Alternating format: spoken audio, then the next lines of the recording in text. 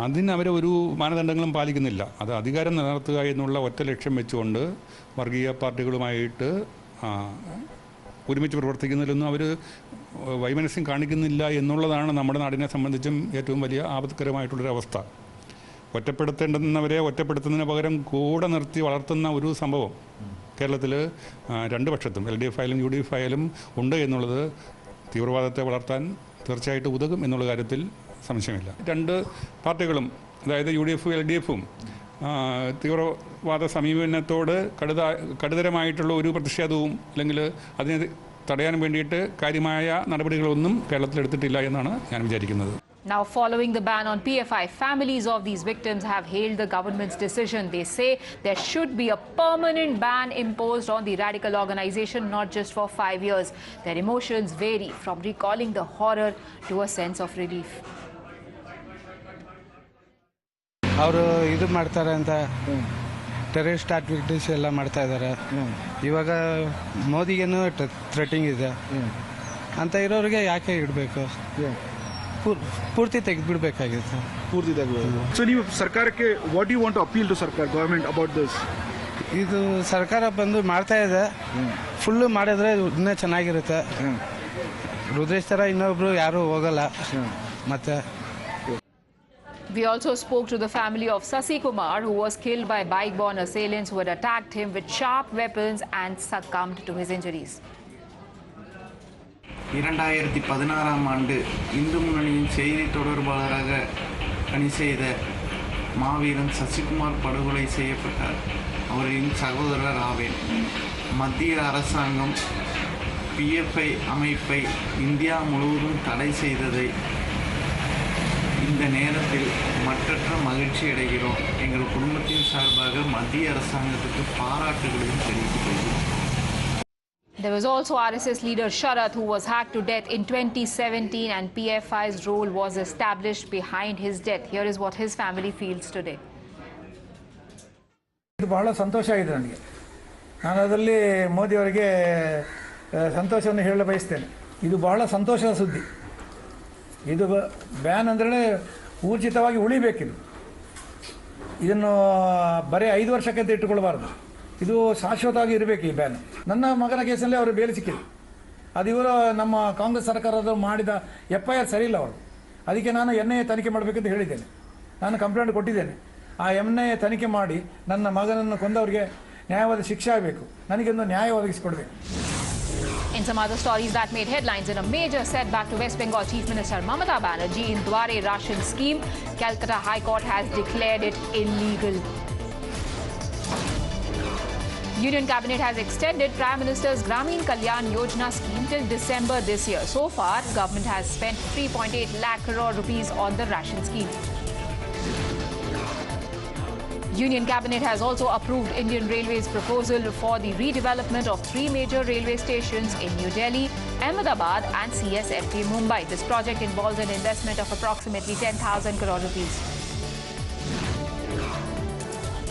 Enforcement Directorate continues to grill TRS MLA M. Kishan Reddy for second day for his alleged involvement in money laundering and hawala transactions in FEMA 2015 case.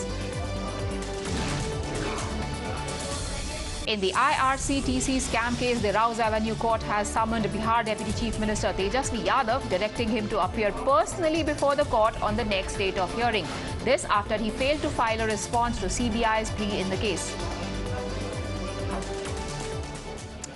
That's all I could pack for you in this broadcast. Up next is Editor-in-Chief Rahul Shivshankar with the day's biggest story. And at some level, Rahul, does it feel like personal vindication after the prolonged campaign that Times Now has been carrying for it?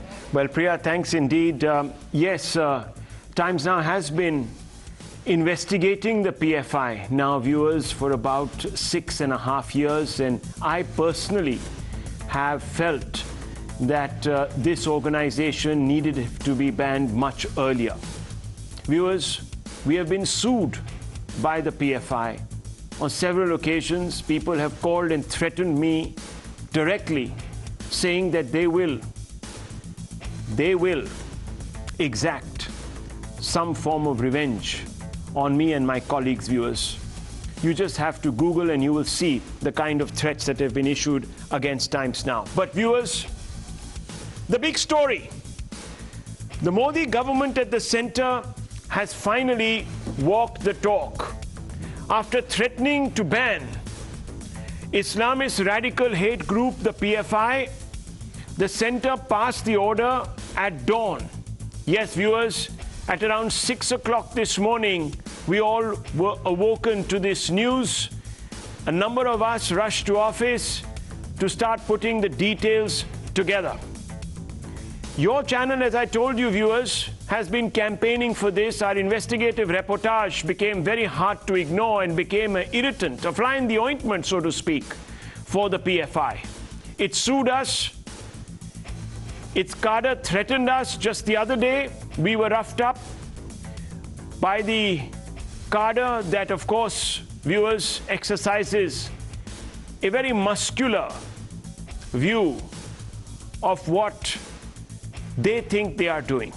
Nonetheless, the PFI now, viewers, has been banned for 5 years. The ban provides a modicum of justice to several Hindus who were cut down by the PFI's vicious Hindu phobia. Praveen, Sanjeet, V. Ramalingam, Nandi, Abhimanyu, Nibin, Sharat, Rudresh, Praveen Pujari, Sasi Kumar were killed because they were Hindus or because, viewers, they were Hindutva activists. The government has provided elaborate reasons for banning the PFI, and it needed to take this precaution. It needed to supply this information because at least 2 attempts to ban the PFI in 2 states, 2 BJP-ruled states at one time, failed. Despite the long list of misdemeanors listed by the investigative agencies, there are several politicians, viewers, several politicians, chiefly from the opposition, and activists from the usual quarters, the Lutyens lobby, that have drawn a false equivalence demanding a ban on Hindu groups like the RSS. The BJP has hit back saying the idea, it appears, is to provide cover to the PFI and other Islamists by suggesting that Muslims are being radicalized because of the outlook of saffron outfits. This tendentious claim linking the ban to Islamophobia, on the other hand, viewers, there are 2 aspects to this. Ignores mounting evidence that suggests that not so much Hindutva groups, but it is the PFI that actively waged a religious war, Ghazwa-e-Hind, to turn India into an Islamic state, viewers. One need only to look at the proof for confirmation. First, and I'm just talking about basic proof tonight. First, the PFI cadre have fought alongside the whip-wielding medieval militia of the Islamic State of Iraq and Syria. This group is called the ISIS. The ISIS certainly didn't come up in the face of Hindutva consolidation in West Asia, viewers. They don't need an excuse to wage jihad. Viewers, if the PFI's cadre were so upset with Hindutva forces, they would take it out here as they were doing. Why would they be joining the ISIS? These are all fig leaves, viewers. A second obvious proof which suggests that this link that the ban is because of the government's Islamophobia is tendentious is that manuals ominously declaring jihad on India as part of Mission 2047 have been recovered from PFI hideouts. The objective of Mission 2047 are indistinguishable from the aims of the wagers of global jihad. There is no difference between what the PFI is aiming to do in this vision document and what the Lashkar-e-Toiba, the Jaish-e-Mohammed, and several other terrorist groups like the ISIS, Khorasan, or even, viewers, the Al-Qaeda aim to do. Is it the left ecosystem's case that Indian Muslims harbor sympathies for an alleged Islamist militia like the PFI that wants to create an Islamic state in this country. And viewers, if this is true, then Indian Muslims ought urgently to condemn the liberal ecosystem that is today implying that they are all closet, xenophobic, exclusivists. Viewers, this is a very sad day. It's a very, very sad day. The politics is regrettable. The center may have dismantled the PFI, but it will take a lot more to dismantle Hindu phobia. Nonetheless, listen to how a crackdown on terrorism has been tagged as a targeted strike on Muslims in this country. Viewers, what a shock. Linking Islam. Viewers, linking religion to this ban. How tragic. Listen to this. A draconian ban of this kind is dangerous, as it is a ban on any Muslim who wishes to speak his mind. मुनासिब नहीं है, लेकिन मुसलमानों को represent करती है, इसलिए उस पर बैन लगा दिया गया. The campaigns of hate, polarization campaigns of hate and terror, anti-minoritism, all these continue. सरकार को ऐसा कुछ नहीं करना चाहिए, मुस्लिम समाज में ऐसा टेरर पैदा नहीं करना चाहिए ताकि वो टेररिज्म के पास चला जाए. Viewers, next they will say that do not dismantle the Lashkar-e-Toiba, the Jaish-e-Mohammed, the Hizbul Mujahideen, because you will be creating terror in the mind of Muslims. What has happened to these people? This is not all, viewers. Here the parallel being drawn between the PFI and the RSS by the ecosystem to question the ban on the PFI. This is now a fig leaf that is being provided. Listen to this. एक साथ इस तरह के जितने भी संगठन हैं सबको बैन करिए. The government, by banning PFI, has made a selective banning, unless they ban similar other organizations like Bajrang Dal and Ram Sena. How come PFI is banned but organizations associated with convicts of Khaja Ajmeri bomb blast are not? इसीलिए मैं कहता हूं कि it should not be A selective approach. RSS वाले करें तो वो इनको सूट करता है, अगर कोई दूसरा करे तो इनको नुकसान पहुंचाता है. We demand the union government to ban right-wing organizations like RSS, Sanathan Sansad, Vishwa Hindu Parishad, Bajrang Dal, Ram Sena. Viewers, on many accounts this comparison is rather odd, odious, regrettable. Let me take you through some hard facts tonight. First, the Kerala High Court has itself called the PFI as an extremist organization. The RSS has never received such a judicial indictment in its history.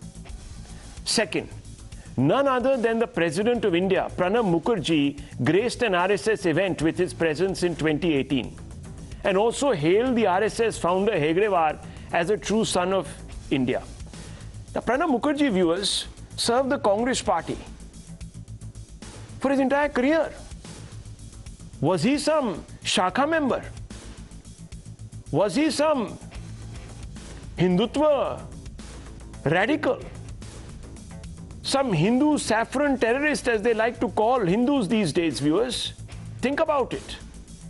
Notable Muslims like Zamuruddin Sheikh, ex-deputy chief of the army staff, viewers, S.Y. Qureshi, ex-ECI, Najib Jung, ex-lieutenant governor, Shahid Siddiqui, a journalist and an ex-member of parliament, Saeed Sherwani, a hotelier, have met RSS chief Mohan Bhagwat just a few days ago.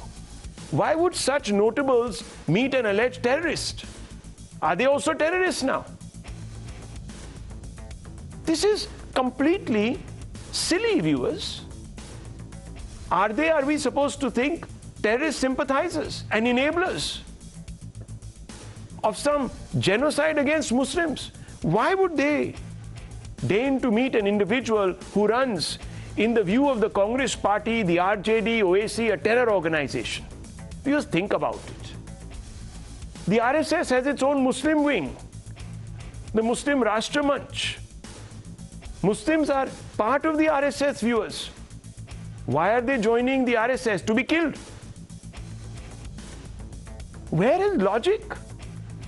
PFI's Mission 2047 vision document talks about Ghazwa-e-Hind. RSS talks about Sarva Dharma Sambhava. Where is the twain meeting?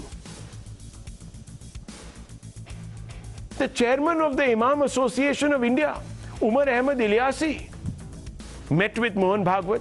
He called Mohan Bhagwat Rashtrapita. He appreciated the RSS outreach.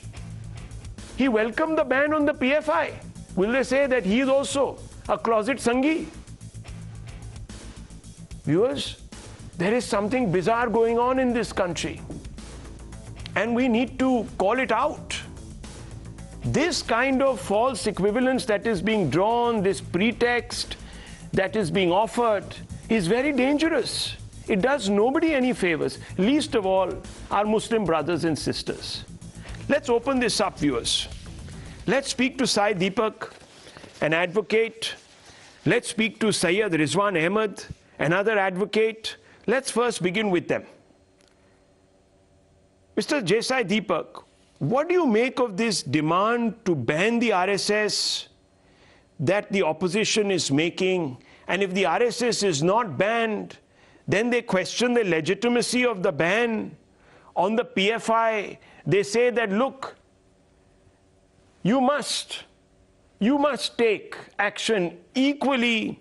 Is this an attempt to draw a false equivalence, or is it a credible attempt at drawing a parallel? I'm asking you a straightforward, open question, so no one said that I'm leading you. No, I'm no spokesperson for the RSS, but in general, I don't think there is any basis for this particular claim except for a false equivalence. And the last time, I think, even under Sri Vajpayee's government, when the Simi was banned, similar questions and allegations were actually leveled against the government.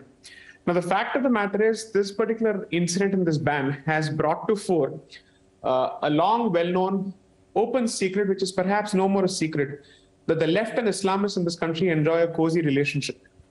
No wonder, therefore, that each time something is done against jihadis and people who have a very clear anti-India and specifically anti-Hindu animus, the left effectively jumps to their defense. And I don't think the current instance is any exception to this particular rule. So I'm not at all surprised whatsoever. But we must realize that after the ban of Simi, over a few decades, you've had a PFI, you've had an SDPI. So therefore, while I'm happy that the government has taken this particular move, I suspect that the supporters, the promoters, and the well-wishers of PFI must have anticipated this, and therefore there must already be some kind of action underway to come out in another form. Because at the end of the day, perhaps the short-sightedness of the establishment is that it is going after a particular form as opposed to going after the substance, which means the genesis of this particular mindset, whichever organization or whichever seminary it may be rooted in, needs to be addressed. And this discussion is perhaps a more sensitive discussion, because it's possible to ban a particular organization than going after a particular mindset. So one, to answer your question, I don't think there is any symmetry to be drawn between any organizations on this side, so to speak, which is to say on the non-jihadi side and on the jihadi side. There is no such equivalence, there is no such example to be found. But I must also say that while the ban is necessary, it is certainly not sufficient. It is certainly not sufficient. Of course, I mean, that's a larger question that we can always sort of engage with over the next few days. There are many, many people who have said that the PFI may have already or maybe morphing into other outfits. The Markaz Dawa Al-Iris Irshad, parent body of Lashkar-e-Toiba, changed its name to Jamaat Dawa in 2002. We know that. Jaish-e-Mohammed changed its name to Majlis Wurasa-e-Shuhuda Jumma wa Kashmir in 2019, and it goes on. And even, viewers, many people will say that if you really look at the cadre of the Simi and, of course, the PFI, there was a lot of commonality there. So that's a different question. But, viewers, this strange attempt at drawing these equivalences, and I want to bring in Syed Rizwan Ahmed Saab. Mr. Ahmed, today the ban is being linked to Islamophobia also. What do you make of this? Why is religion being linked to the ban? Why is it being communalized? What is going on? Is this Islamophobia? Or are today, and I'm asking you, if it is so, then is it the left's ecosystem's case that Indian Muslims harbor sympathies for an alleged Islamist militia, for a terror organization like the PFI? And if this isn't true, then Indian Muslims ought to urgently, and I'm sure you will tonight, condemn the liberal ecosystem that is today implying that they are all closet xenophobic exclusivists.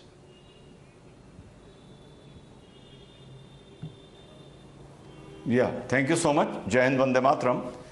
See, I'll tell you about the Muslim psyche and Muslim ecosystem. In the initial, in your opening statement, you mentioned 5 people, the top elite, educated, well-fed, successful, retired 5 people approaching the RSS chief. My cousin also happens to be one of them, Lieutenant General Zamiruddin Shah Sahab. Now, did you notice the agenda which they carried? Did you read? You must have read. Might be you missed it. The agenda was lynching of Muslims, Islamophobia, genocide of Muslim, hate speech against Muslim. Now, these 5 people, they go to RSS Chief Mohan Bhagwat with a list of five issues where all the 5 issues Hindus are to be blamed for. Hindutva is to be blamed for. Now, if these people were genuine, they should have approached RSS chief with 5 demands vis-a-vis Hindus, which they want as security, and 5 faults of their own, which they would have gone and discussed with RSS chief and come out from there assuring the RSS chief that we will do our part and you do your part. So this is their psychology, be it a person from Madrasa or be it the 5 people who approached the RSS chief. All are chest beaters or play the victim card. Number 1, this is their psychology. Number 2, I equate, as you said, dismantling, and the learned speaker before me also said it is work has to be done. Rahul, I equate this ban with same as abrogation of Article 370. This is nothing to be, we need not rejoice it. We need not rejoice it as it happened in 370. This is not dismantling. This is the beginning of the dismantling. Like in 370, now we need to do the homework at grassroots level for the coming at least 3 years. So we weed out these people thread by thread, bit by bit, and pieces by pieces. So there is nothing to be happy about it. And last but not the least, except for 48 hours in Tamil Nadu and Kerala, are you seeing protest anywhere in India? No. For 2 nights we saw some protests, fringe elements. Now the nation is calm. The reason behind this is because PFI is calm, OAC is happy, because OAC knew that coming 5 years, South India politically will be taken over by PFI and especially Hyderabad. This man is happy. He is just shedding a little crocodile tears. So PFI is underground. AIMI is happy. That is why we are not seeing protests in North India, UP, Maharashtra, Karnataka, anywhere. It means these are the 2 parties, 2 organizations who have been instigating Muslims from last 7 years, and today I speak with evidence that there is no Muslim, a common Muslim is coming out on the roads. It means from Shaheen Bagh to Triple Talaq to Hijab, till now, till Nipur Sharma, everything was instigated by these 2 organizations. Well, it's very, very interesting, viewers. It's very interesting, and it's also very tragic. And I want to bring in Rashid Khan of the Congress party. The Congress, as you have heard, viewers, has dredged up this Islamophobia angle. They've also drawn comparisons saying that lock up the RSS. So let me bring in Rashid Khan Saab, leader of the Congress. Rashid Saab, let me ask you this question. Did the Congress not ban the Simi in 2008 and 2012? Yes, the UPA government did so, right? Also in 2013. Yes.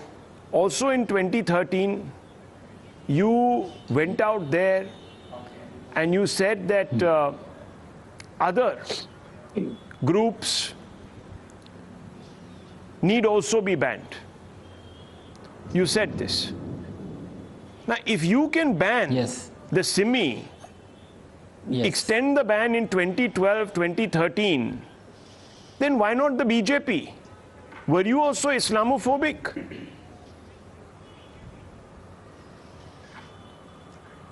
देखिए BJP, on instructions of BJP, NIA has conducted an investigation and gathered enough information against PFI, and now there's a ban on PFI. Now my straight question is, if BJP is not playing a political gimmick, right, then they have to forward NIA investigation on right-wing baby organization, a so-called radical wings. Even they should be which organization? Like accountant for which one? Like disturbing Indian harmony and peace. No, which organization? So you people know it very well. Which organization I'm talking about? You name Rashid Bhai. Name the organization. Who killed Mahatma Gandhi? Rahul, who killed Mahatma Gandhi? You tell me. I don't know. I need to know. You tell me, sir. First, we need to know it. No, please tell me. Rashid Khan Bhai. Which organization are you talking about? Which organization was banned twice? Boliye. Who is organization killed Mahatma Gandhi? Yes. Tell me. Which organization was banned twice? And which organization was banned? I don't know. Who is Yashwant Shinde, who filed an affidavit? No, I'm asking you, Rashid Khan, name the organization. Who is Yashwant Shinde? Name the organization. Why is the Congress finding it difficult to name the organization? And he has filed an affidavit in Maharashtra, Nanded. Is it because, sir, I will ask you two counter questions and you will not have answers? This organization is involved in terror attacks. Okay, so 1 second. Rashid Khan bhai, मैं आपसे एक छोटा सवाल पूछ रहा हूँ, ज़्यादा बड़ा सवाल नहीं पूछूंगा. Simply, name the organization. जी बेशक. Name it. देखिए आपको और पूरी दुनिया को अच्छी तरीके से मालूम कि मैं कौन सी ऑर्गेनाइजेशन के बारे में बात कर रहा हूं. अच्छा, let me ask you know it very well. Let me ask VCK. Let me ask your ally. Your ally might know. Let me ask VCK. Mr. Vikraman. Mr. Vikraman, just one small question, because I haven't finished with Mr. Rashid. He's being very coy. I don't think you're very coy. Neither was your party very coy. We played a soundbite of your party. Mr. Vikraman, I just want to ask you, which right-wing organization do you think Mr. Rashid Khan is talking about? Can you tell me? Against any organization which is anti-national and which is involved in unlawful activities. Rashid bhai, एक minute. We condemn every organization which is involved in terrorism. Okay, 1 second. Yes, Vikraman. Yes, please tell us, Mr. Vikraman. Which is this organization? Just very, very quickly so I can go back to Mr. Rashid Khan. Yes. Everybody knows RSS has been banned twice in this country. Now let's just stop RSS, there. yes, I repeatedly saying RSS is a terrorist organization that has to be banned in this country. I am going to ask you a question. Don't worry, I'll come back to you. Just give me 30 seconds. Rashid Bhai, Chairman of Imam Association of India, Umar Ahmad Ilyasi, he just met Mohan Bhagwat and he called him Rashtrapita. Okay. He appreciated the RSS outreach and welcome the ban on PFI. क्या इमाम association के जो chairman हैं उमर अहमद इलियासी वो मुसलमानों के खिलाफ हैं? जी. रशीद खान जी. देखिए उनके ख्यालात उनको मुबारक. मैं उनके ख्यालातों के बारे में कुछ कहना नहीं चाहता. प्रणब मुखर्जी के ख्यालातों के बारे में आपको बताता हूं. करेंगे तो मैं बिल्कुल बोलूंगा कि मैं जो बोल रहा हूं रैडिकल विंग से. Okay 1 minute. अब मैं अच्छा रशीद भाई मेरी बात सुनिए. जगह पर ठीक है, आपने समझा दिया हमें कि लेट हिम बी. वो कहीं पर भी जा सकते. ठीक है, वो कहीं पर भी जा सकते हैं. जमीरुद्दीन शाह क्या वो आरएसएस टेरर अपॉलोजिस्ट हैं? किसी से भी मिल सकते हैं वो. अच्छा, एसवाई कुरैशी भी, नजीब जंग भी, शाहिद सिद्दीकी भी, साइद शेरवानी, ये सब क्या टेररिस्ट के चट्टे पट्टे हैं क्या? मैं आपसे पूछ रहा हूं. सिर्फ आपको तकलीफ है. जी नहीं, देखिए मैं आपको क्या बोल रहा हूँ.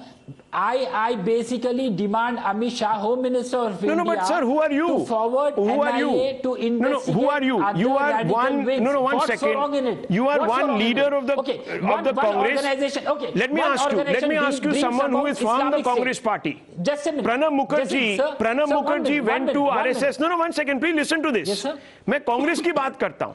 You can चलो disassociate yourself from Umar Ahmad Ilyasi Sahab. You can disassociate yourself from Zamiruddin Shah, S.Y. Qureshi, Najib Jung, Shahid Siddiqui, चलो Saeed Sherwani, ये सब पाखंडी हैं, सब अपना कर रहे हैं, कोई प्रॉब्लम नहीं. मगर मैं एक कांग्रेसमैन की बात करता हूं. अब कांग्रेसमैन जो प्रेसिडेंट ऑफ इंडिया बने, उनका नाम है सर प्रणब मुखर्जी. एक दफा वो होम मिनिस्टर भी थे, फाइनेंस मिनिस्टर भी थे, सोनिया गांधी के सबसे ट्रस्टेड थे. 101 कमिटीज, कांग्रेस कमिटीज के वो अध्यक्ष थे. तो obviously he was a very senior dyed in the wool Congressman. He goes to RSS headquarters in 2018 and he calls the founder of the RSS a true son of India. Now, sir, why would Pranab Mukherjee give a certificate like this to the RSS? देखिए प्रणब मुखर्जी साहब के प्रणब मुखर्जी साहब के नुक्ते नजर से जो बोले वो उनकी बात में कितनी सच्चाई है इसके ऊपर बाद में डिबेट कर सकते हैं. बिल्कुल उनके किसके भी बारे में वो कोई नहीं बोल सकते. मगर आप मेरी राय लेंगे तो मैं बराबर बात करूंगा. Mr. Lokesh Jindal, let me ask you, was Pranab Mukherjee lying to the nation? Was he lying to the nation? Did he betray the Congress party? Is he a turncoat? Is he a terror apologist? These are 3 or 4 questions. बंद कर दीजिए खान साहब, अभी रुक जाइए. Let me ask Lokesh Jindal. I'm asking you, was Pranab Mukherjee, in your eyes, sir, a terror sympathizer, a saffron apologist, a betrayer of Muslims, and a betrayer of Gandhi, and a betrayer, sir, of the Congress philosophy? Lokesh Jindal, सीधा सवाल आपको है. Please put on your mic and respond. We can't hear you. You're on mute. On mute. I think, can you hear me? Yes, sir, I can. Yes. मेरा simple सा logic है, अगर यही logic apply करना, if you want to apply the same logic, now Mr. Mohan Bhagwat has visited a mosque, so is he a Muslim now? You say... No, sir, he's a very sympathetic, very inclusive Hindu. You stated that... No, he's actually a very inclusive Hindu. ये तो बहुत अच्छी बात है. He went to RSS. So now that Mr. Mohan Bhagwat has visited a mosque, yes, it means that he is no terrorist. You would not have allowed him into a mosque. So you want to say, so you agree that Mr. Mohan Bhagwat is a Muslim now? He is not Hindu anymore. No, sir, you're not understanding the question I'm asking you. The question is, so okay, so let's go by your logic. If Mr. Mukherjee, if Mr. Mukherjee was true to the Congress ideology, why was he calling the founder, Mr. Hegrewar, the true son of India? If Mohan Bhagwat was truly a believer in the Hindutva ideology, why is he visiting a mosque? Because, sir, Hindutva is not a hate ideology. ये आपके दिमाग में भ्रम है. RSS ideology claims that the Muslims, they can never be Indian citizens. What are you saying? Mr. Mohan Bhagwat in 2018 said, no, one minute, don't spread fake news here. Read up your political history and come to this debate. Rizwan Ahmed साहब आप पे हंस रहे हैं. एक minute रुकिए. Mr. Mohan Bhagwat in 2018 said that Muslims can call themselves Bharatiya. He said, हमें अकबर स्वीकार है, औरंगजेब नहीं. To fellow Hindus, he said, don't look for shivlings in every temple. These are not the words, sir, of a bigot. These are not the words of a xenophobe. These are not the words of a... No, 1 second. A kattarpanthi. Please.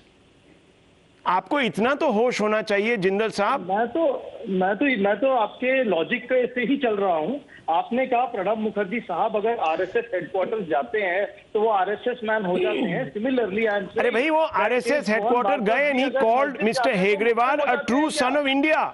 ये कैसे हो जाता है?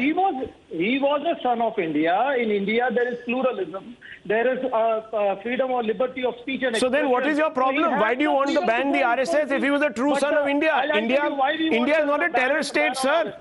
Because India is not Pakistan. A former pracharak of RSS, Prabodhanand Giri, he calls for genocide of Muslims. Sunil Joshi, who was a RSS pracharak, he was linked with Abhinav Bharat, a terror organization. Further, the Kar Sevaks, they have been involved into violence. Why are you missing on these points? Now, the notification clearly stated that PFI is banned because of its cadre members. They were engaged in terror activities. They were engaged in all forms of illegal funding, and they were there to destroy the secular fabric of the nation. Now, please tell me, on these fronts, doesn't the RSS also stand? Sir, I'm telling you, Mr. Modi is on the right track. Next thing Jindal what Sahab, he should do is ban RSS and even ban BJP. You want to use, you want to use, 1 second. Jindal Sahab, these were all ex-RSS pracharaks. Please get your facts right. Let me tell you, the Ajmer blast case. No, 1 second. Let's get the facts right. Okay, don't mix up the facts.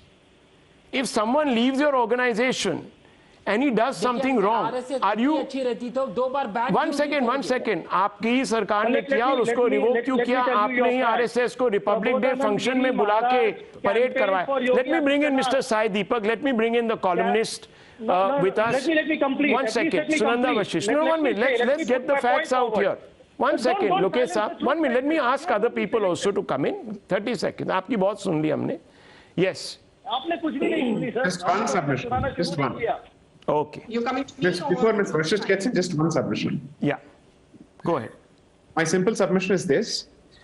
If God says former association, which is organizational in nature, must be held against him and the organization must be blamed, then every terrorist's continuing religious affiliation, should it be held against the community? I leave it at that. Thank you. That's a very good point. That's a very good point. One more point. It's a very good point. Sunanda Vashisht. Yes. These are all strawman arguments, Rahul.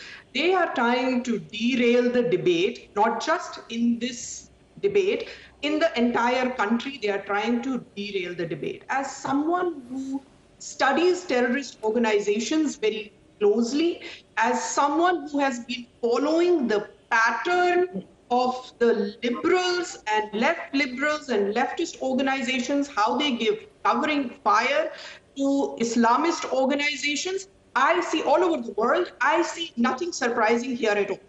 One thing I have to quote unquote appreciate or admire in Islamist organizations, unlike these three gentlemen, they do not make any bones about their intention. They really tell us clearly what they want.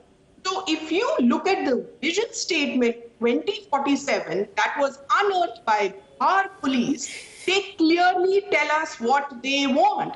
They have clearly said that even if, and I'm quoting them now, even if 10% total Muslim population rallies behind us, the organization, the PFI, would quote unquote subjugate the majority community to their knees and bring back the glory of Islam in India. Their words, not mine.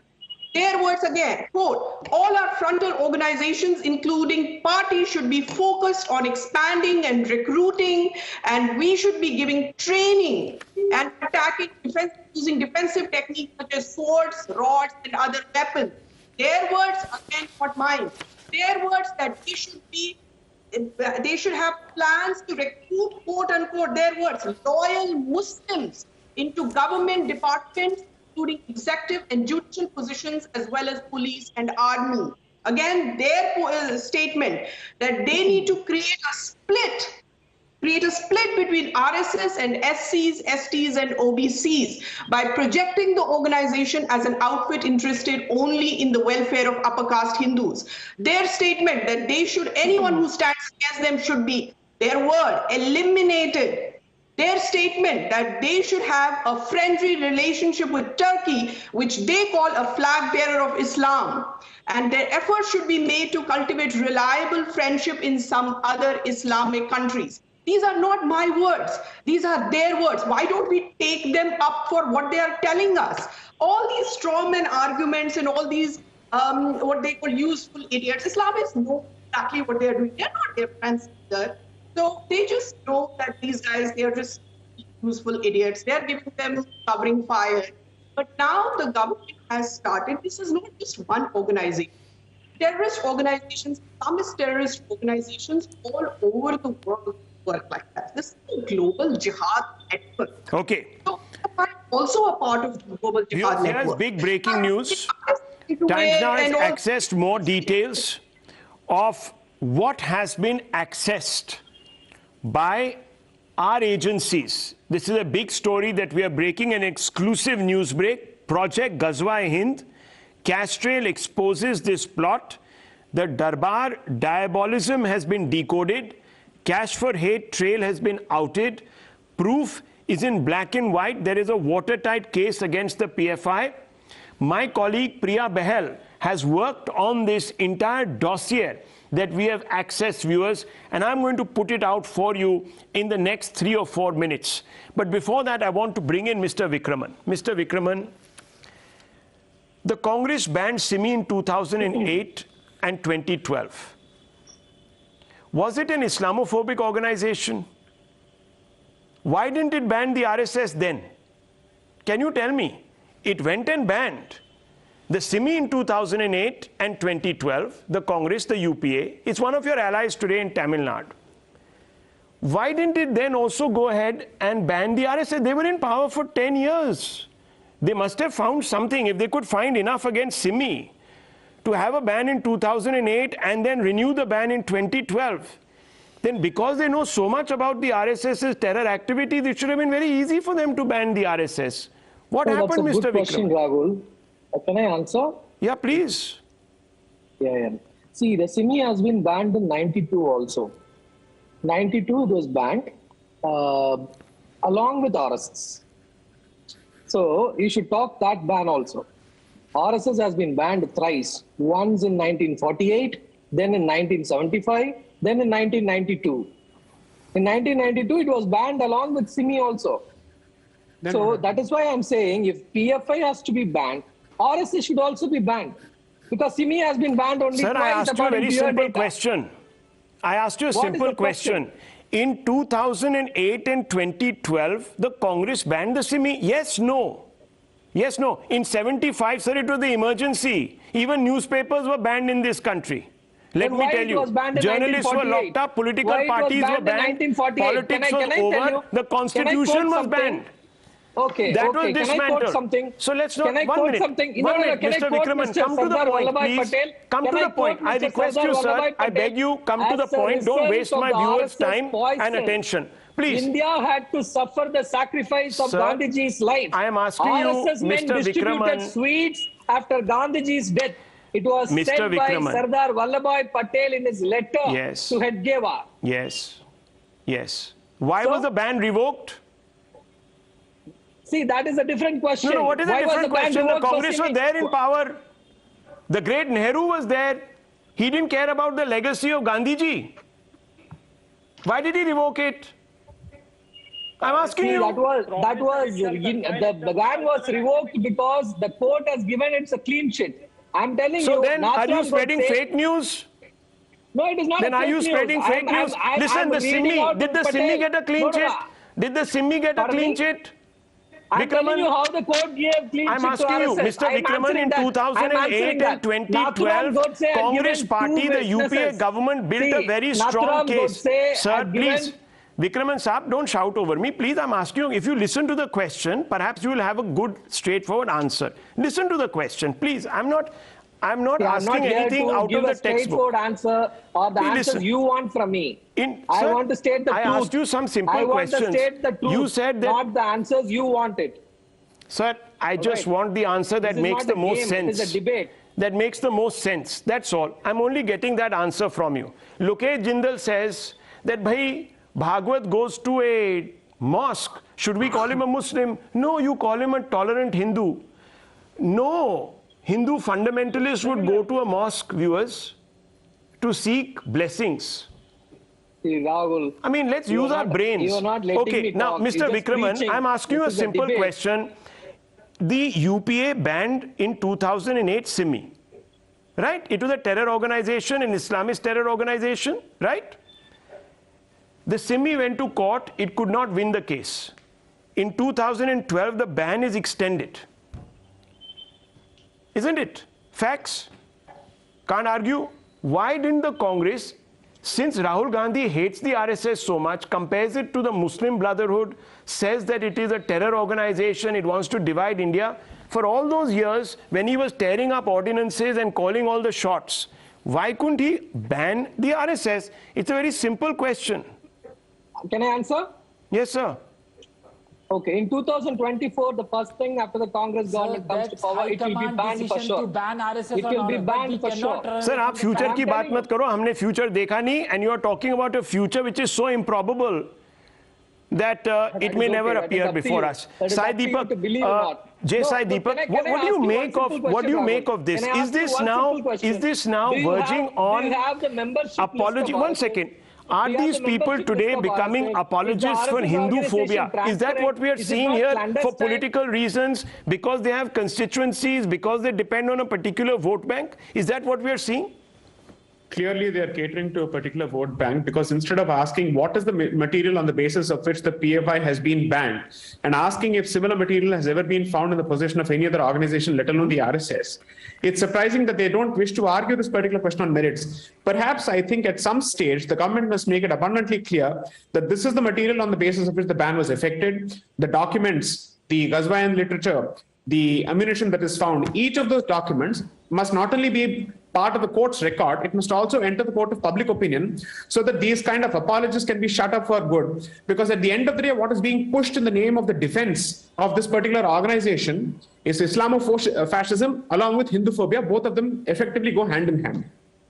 Well, let me tell you, viewers, more facts here. Look, the RSS was banned right around after independence. Rahul? The ban was lifted by Rizwan Sahab, I'm just coming to you. Give me 30 seconds. The ban was lifted, viewers, because there was no proof found against the RSS. Ban or not, sure. One second. One second, Rashid Khan, please. आप जरा 2 minute सब्र रखिए, sir. After the Babri Masjid demolition, the ban was again imposed on RSS, lifted within a year. The ban was lifted by a tribunal, which did not find enough evidence against the RSS. Viewers, that was because these of people, Godse, who saved in 93 there was no Godse, sir. There was the ghost of Godse. Please, thoda bahut to, please at least speak with a little bit of intelligence. Come on, at least do a basic research. Now 1 minute, I want to bring in Rizwan Bhai. Rizwan Bhai, I want to ask you, is this today the persistence of a Hindu-phobic mindset? Is this what we are seeing?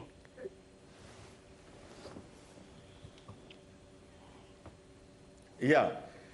See, Nathuram Godse till Colonel Prohit and Sadhvi Pragya. Brother, there are 7 names in 70 odd years, 75 years.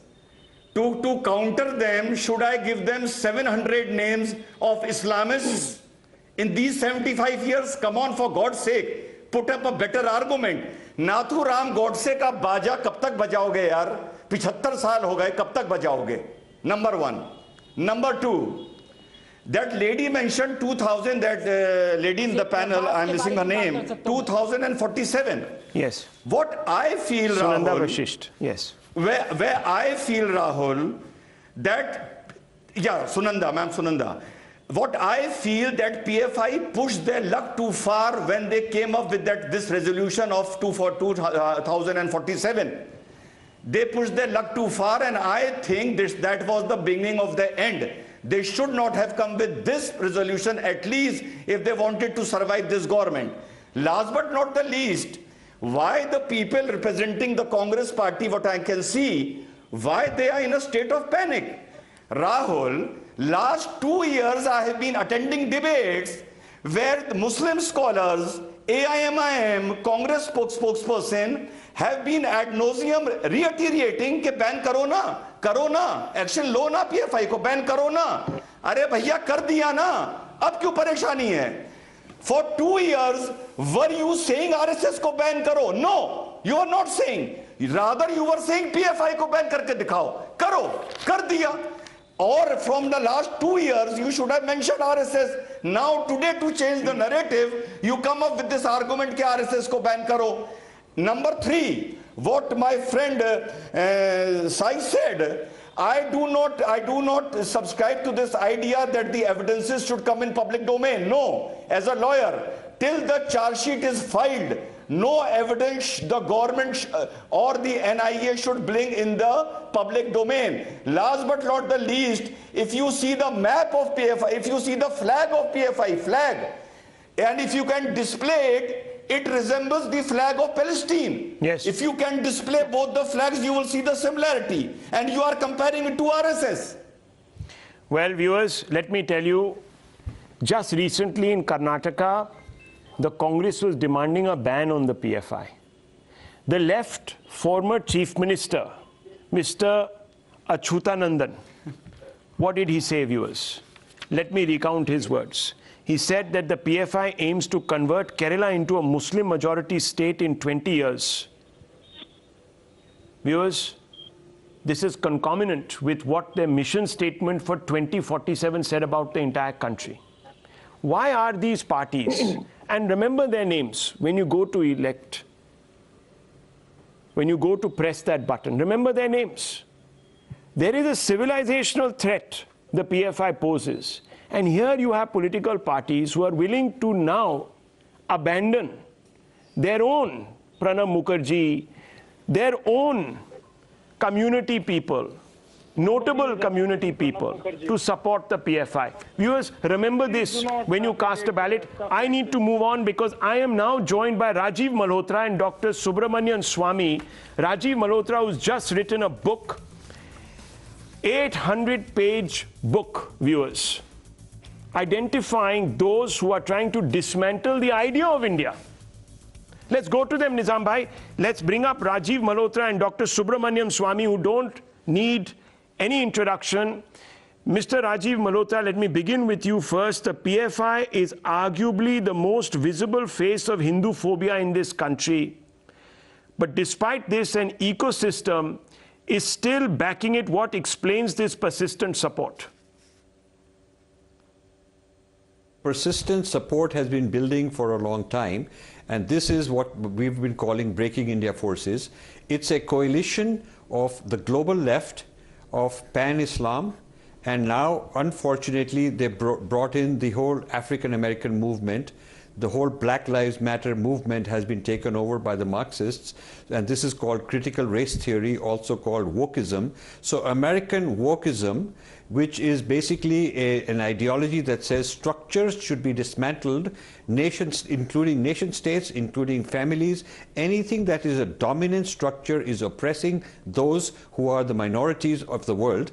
And so the minorities of America, the minorities of France, the minorities of India, wherever else, they have to be unified and overthrow the majorities or the structures, because those are the oppressors. Of course, certain oppressors, or what we would call oppressors, are exempt. One of including the oppressors in places like Iran, the oppressors in places like Saudi Arabia.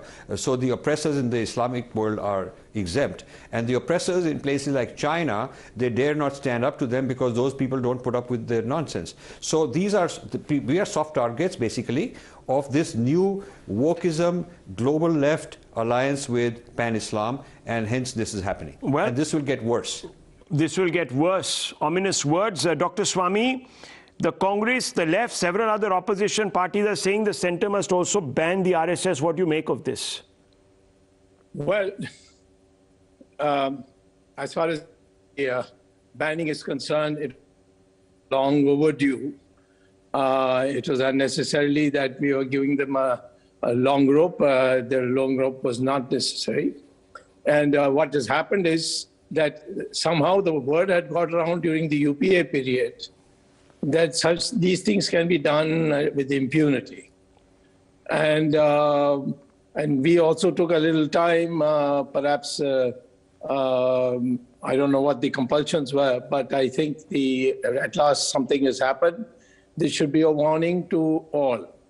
When India and Pakistan were created, it was clearly assumed that the Muslims of India will be Indian Muslims and not subject to fatwas from abroad or from any extremist groups anywhere in the world. And unfortunately, the Congress period, this has been forgotten, that was the understanding when we divided India into two parts. 1/3 went to Pakistan. I think it's about time to understand that and I know Muslims enough quite well. I have even relatives who are Muslims through marriage in my family. And most of them, 95% of them, want to be Indians. They want to participate in the great Indian effort. And therefore, I think organizations like PFI or whatever they are called should be banned, and I think it should be a strict warning to everybody in the country. Mr. Malhotra, you just heard Dr. Swamy. What is the ecosystem hoping to prove by drawing this false equivalence between the RSS on one side and Islamist radicals on the other? So this is a very huge phenomena going on that you know, one way to cover up their problems is to say that it's no worse than everywhere else, and if there are bad Muslims and bad Islamic organizations, there is also bad Hindus, and the bad Hindus are RSS. So RSS is seen as sort of the grassroots organization that must be dismantled in order to create chaos in India, and if there's chaos in India, then new people can come in, new forces can come, fill the vacuum of power, and that's what they really want. So the attack on the nation state is seen as top-down, because the nation state is a top-down entity, the military, the government, and the courts and all that. And the bottom-up grassroots is the Hinduism, the Hindu society, and dismantling that requires dismantling the various organizations and also family structures, festivals, etc. Well, let me tell you, viewers, that Mr. Malhotra is a Hindutva ideologue. He knows what he's talking about. Mr. Malhotra, what will it take to dismantle Hindu phobia that we are seeing? So to dismantle Hindu phobia, we have to counter this whole narrative with our narrative. And one of the things I brought out in the book Snakes in the Ganga, which I just launched, and you know about it, is that we've identified the center of poison where all this is coming from are think tanks in the United States, mainly Harvard and others like it. And what we could do, what is within our power, is to convince Indian billionaires who are funding it to not only stop doing so, but actually to reverse it. Use their clout in places like Harvard and to demand a whole change of discourse, because what starts in Harvard doesn't stay in Harvard. It spreads over the world. And so if we have clout, if we have leverage in places like that, we are not using it. We ought to be using it to sort of fight the Hindu phobia over there on their own turf. Unless, see, Jai Shankar is going around like a fire with a fire extinguisher, putting out this fire, putting out that fire. Home Ministry is going around, putting out this group and that group. But we got to figure out where are they coming from, who is feeding them, where is the intellectual center, and we have to go and tackle that. And we have to tackle it properly with sophistication. And our billionaires are entrenched there, but they're entrenched in funding the wrong kind of people. They're probably very naive about it, and they need to be educated. They need to be educated. Okay, cut the money. Well, listening to you, one gets the impression that cracking down an organization here or there is just going to be a short-term fix and not a long-term solution, Mr. Malhotra. Yeah, if you look at it, you know, when there was this farmers' protest, there was a full-page ad in the Washington Post, and they had a dozen or so organizations sponsoring very openly, you know, supporting the overthrow of the government rule and all that stuff. Similarly with the 370 and the CAA, all sorts of things when they're happening, there is an international support, and they're very vocal. They are not hiding behind this. So if you look at this Dismantling Hindutva conference, which got 200-300 academic people signing up overnight, where did it come from? So what you have to look at is in the last couple of years, there is an acceleration of this happening, and people in India are just putting out one fire at a time. And they need to go, of course you need to put out the fires as they come, but you also need to look at where are the centers where the poison is being manufactured, what is the ideology of this poison, where are the big factories which are producing these snakes on a large scale, on an industrial scale, and sending them everywhere. Those are the things that have not been addressed by the Indian side. Okay, Dr. Swamy, Owaisi says that in Ajmer blast case, the convicted terrorists were ex-RSS pracharaks, etc. So why no action against the RSS? It's quite clearly linked to terror. I think OIC doesn't know what a pracharak means. Pracharak is an office bearer of the organization. He has a standing. He has undergone training, and to my knowledge, there was no pracharak ever arrested in the history of India for such activities. So therefore, this has been a popular sport that if you catch a Muslim doing anti-national work, then the next thing is, why not the RSS? These are all diversionary tactics. The OIC, being a lawyer, he knows how to update these matters. I don't think we should pay any attention to what he says. Okay, we are very clear. This country is, according to the Constitution of India, a secular country, secular being defined as equality for all religions to practice. But we will not tolerate any extremists in any side, even within the Hindu community or the Muslim community or any other community. This has to go according to the Constitution and according to the democratic principles. Okay, well, viewers, you've heard two very influential voices tonight. And they're clear. They have no doubts in their mind. Diversionary tactics, but they're also saying something very important, that we really need to holistically address this problem if we are going to stay a country on the path of unity and, viewers, most importantly, development. I leave it at that. The news are coming up.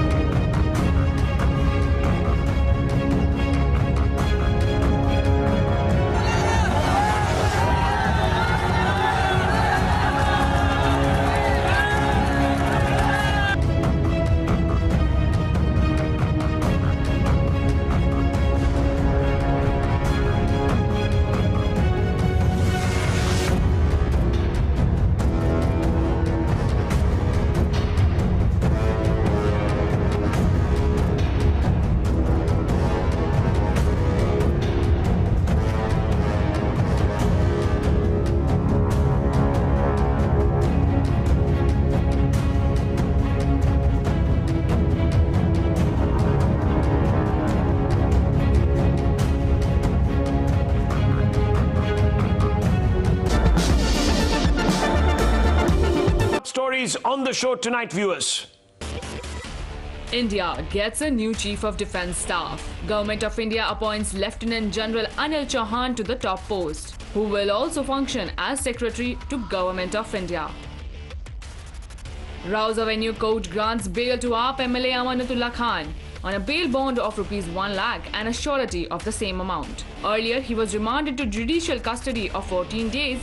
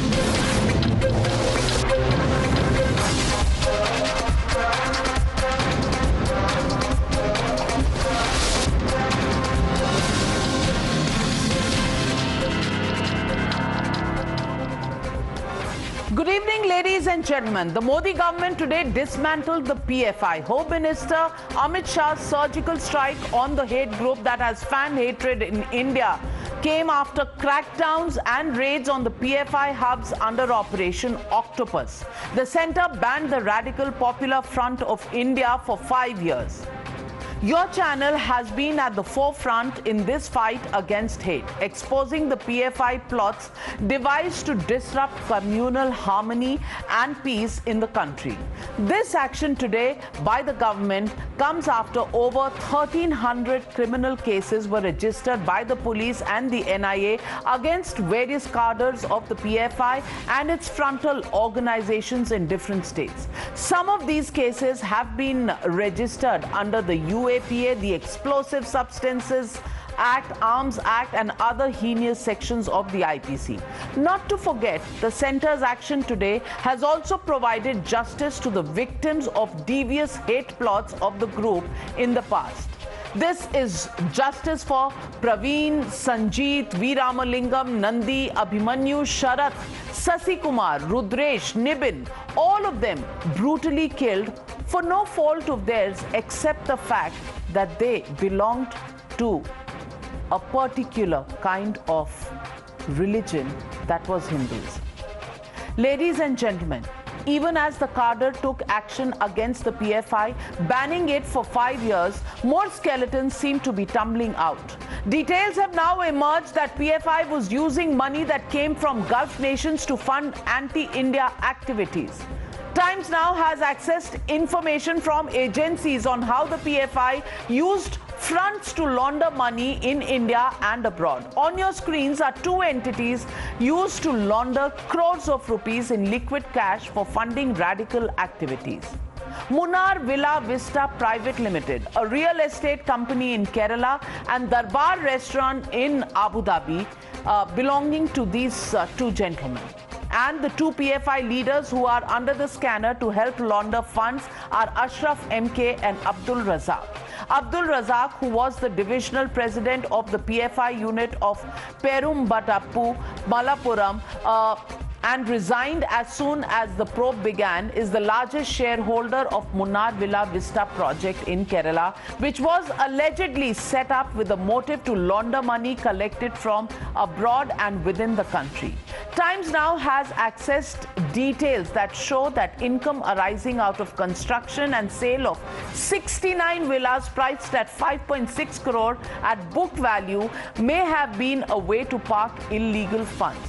And then there is the Darbar Restaurant in Abu Dhabi, run by Ashraf MK, who has reportedly been a member of PFI for the last 15 years. He held a license for running Darbar Restaurant in his name in Abu Dhabi, but he deliberately did not disclose this in his ITR and during interrogation to hide these details from the government. Now, there are also foreign entities that sent money to India, not petty donations, but huge amounts coming via foreign contributions. These are PMA International LLC, around 20 lakh or so, Al Fardan Exchange Doha, also Al Raji sending money. But more news of a China connection have also come up in these investigations, and that is the breaking news that we are bringing to you. There is a China connection to the funds that is sponsoring hate in India. Yes, ladies and gentlemen, Rauf Sharif, who is in jail, received 1 crore in his bank account, which is an NRE fund, under the guise of trading from Chinese company. He was working in a Chinese-controlled firm in Oman, where two of the directors were Chinese nationals. He even visited China twice in 2019 and 2020. So this company, Race International, which had 4 board of directors, had 2 Chinese members and 2 members from Kerala, and one of the Kerala members was married to a Chinese national and lived in China. Going across to my colleague Padmaja Joshi. Padmaja, a very sinister plan, and all the connections between Middle East, India, the Munnar Villa Vista project, and the Abu Dhabi restaurant called the Darbar Restaurant, and the China link. Where does all this take the PFI and its money laundering activities? Well, if it does one thing, it is that it conclusively shows that the entire bogey which is being raised of this being action against a Muslim organization or Islamophobia has been blown. It's very clinical and it's very cynical the way in which this entire operation took through, to again take our viewers through the details of what our sources are telling us about the way in which the money flowed. Now, Navika, this is not just about ideology. It was a political outfit. It was ideologically driven, and the money was coming in from very, very dubious sources. The Dubai angle, the Saudi angle, you have already elaborated on. Now, the China angle. Here is this man, Raouz Sharif, who's a member of the Campus Front of India and the Popular Front of India. He, in the guise of trading, has money which is transferred into his account from a Chinese firm. Now, he is a part of this organization. It is a China-controlled firm, and it is based out of Oman. Now, the interesting part is the directors of this firm.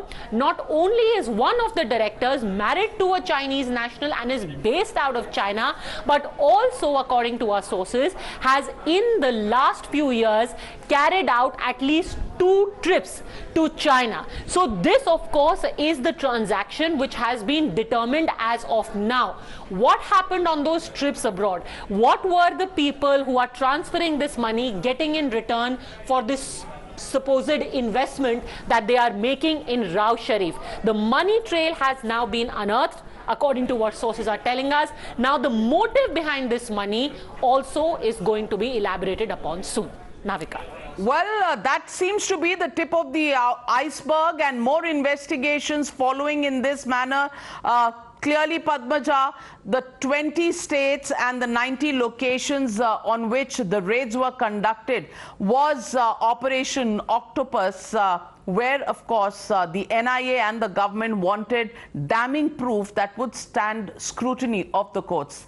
Thank you, Padmaja, for joining me on the Newshour tonight. Despite the ample proof cited by the centre to act against the radical group, politics over the PFI ban is inevitable, as we've seen always. The lobby has drawn parallels between the PFI and the RSS to question the ban. Listen in. एक साथ इस तरह के जितने भी संगठन हैं सबको बैन करिए. The government, by banning PFI, has made a selective banning, unless they ban similar other organizations like Bajrang Dal and Ram Sena. How come PFI is banned but organizations associated with convicts of Khaja Ajmeri bomb blast are not? इसीलिए मैं कहता हूं कि it should not be A selective approach. RSS वाले करें तो वो इनको सूट करता है, अगर कोई दूसरा करे तो इनको नुकसान पहुंचाता है. We demand the union government to ban right-wing organizations like RSS, Sanatan Sansat, Vishwa Hindu Parishad, Bajrang Dal, Ram Sena. So the legitimate question that we're asking on the Newshour tonight: why is the RSS dragged in to shield the PFI? That's the question, and that's the debate. Exposed PFI apologists. That's the debate coming up on the other side. You're watching the Newshour at 9. Debate number 1 on Times Now, Super Prime Time. Joining me tonight, Sushil Pandit, activist, Mohandas Pai, chairman of Aryan Capitals, Professor Atikur Rahman, political analyst, Saida Falak, member of the AIMIM, Tehseen Poonawala, political analyst, Majid Haidri, political analyst. But my first question goes to Dr. Anand Ranganathan, author, joining me on the Newshour tonight. Anand Ranganathan, just 3 days ago, when these raids took place, you lamented, why has it taken the government so long? I think the government was watching this and they heard you, and today the ban came in at 5:45 a.m. early morning with sunrise. Today, when the ban comes in, many are questioning, why not the RSS? Why is it so important to make such a binary between the RSS and the PFI? Good evening, Navika, and good evening to my fellow panelists. I don't think they heard me. I think they heard you. But in any case, I think it's a fantastic decision by the government. I congratulate it. And I think all the panelists, my fellow panelists, would congratulate the government, because this was in the offing for years. This should have happened years ago. In fact, possibly in the first term. But now that it has happened, I think it's a good thing. Before I come to the couple of points that I need to make, I need to ask my very good friend Tehseen, maybe preempt what he's going to say by posing a very simple question, Navika, if I may. Can I please, with your permission? Please go ahead. The floor is yours. Thank you. Thank you. What worries me now, Navika, is that in 2001, when the BJP, through Mr. Vajpayee, banned the father organization of PFI, which was SIMI, when Vajpayee banned SIMI, the Congress leader defended SIMI in court, wanted the ban to be overturned. Tehseen knows it. So my only question to him is, now that the NDA 3 through Mr. Modi has banned PFI, would the Congress, through its Congress leader, fight and try and get the ban on PFI overturned? That is the question, simple question to Tehseen. Tehseen, would any Congress leader fight in the courts of India to overturn this ban on PFI? That because Siddaramaiah has in any case taken away all the cases of the PFI in Karnataka in 2018, 1,600 people let off. Do you think legal this time around will help? All right, so I'll answer both those points.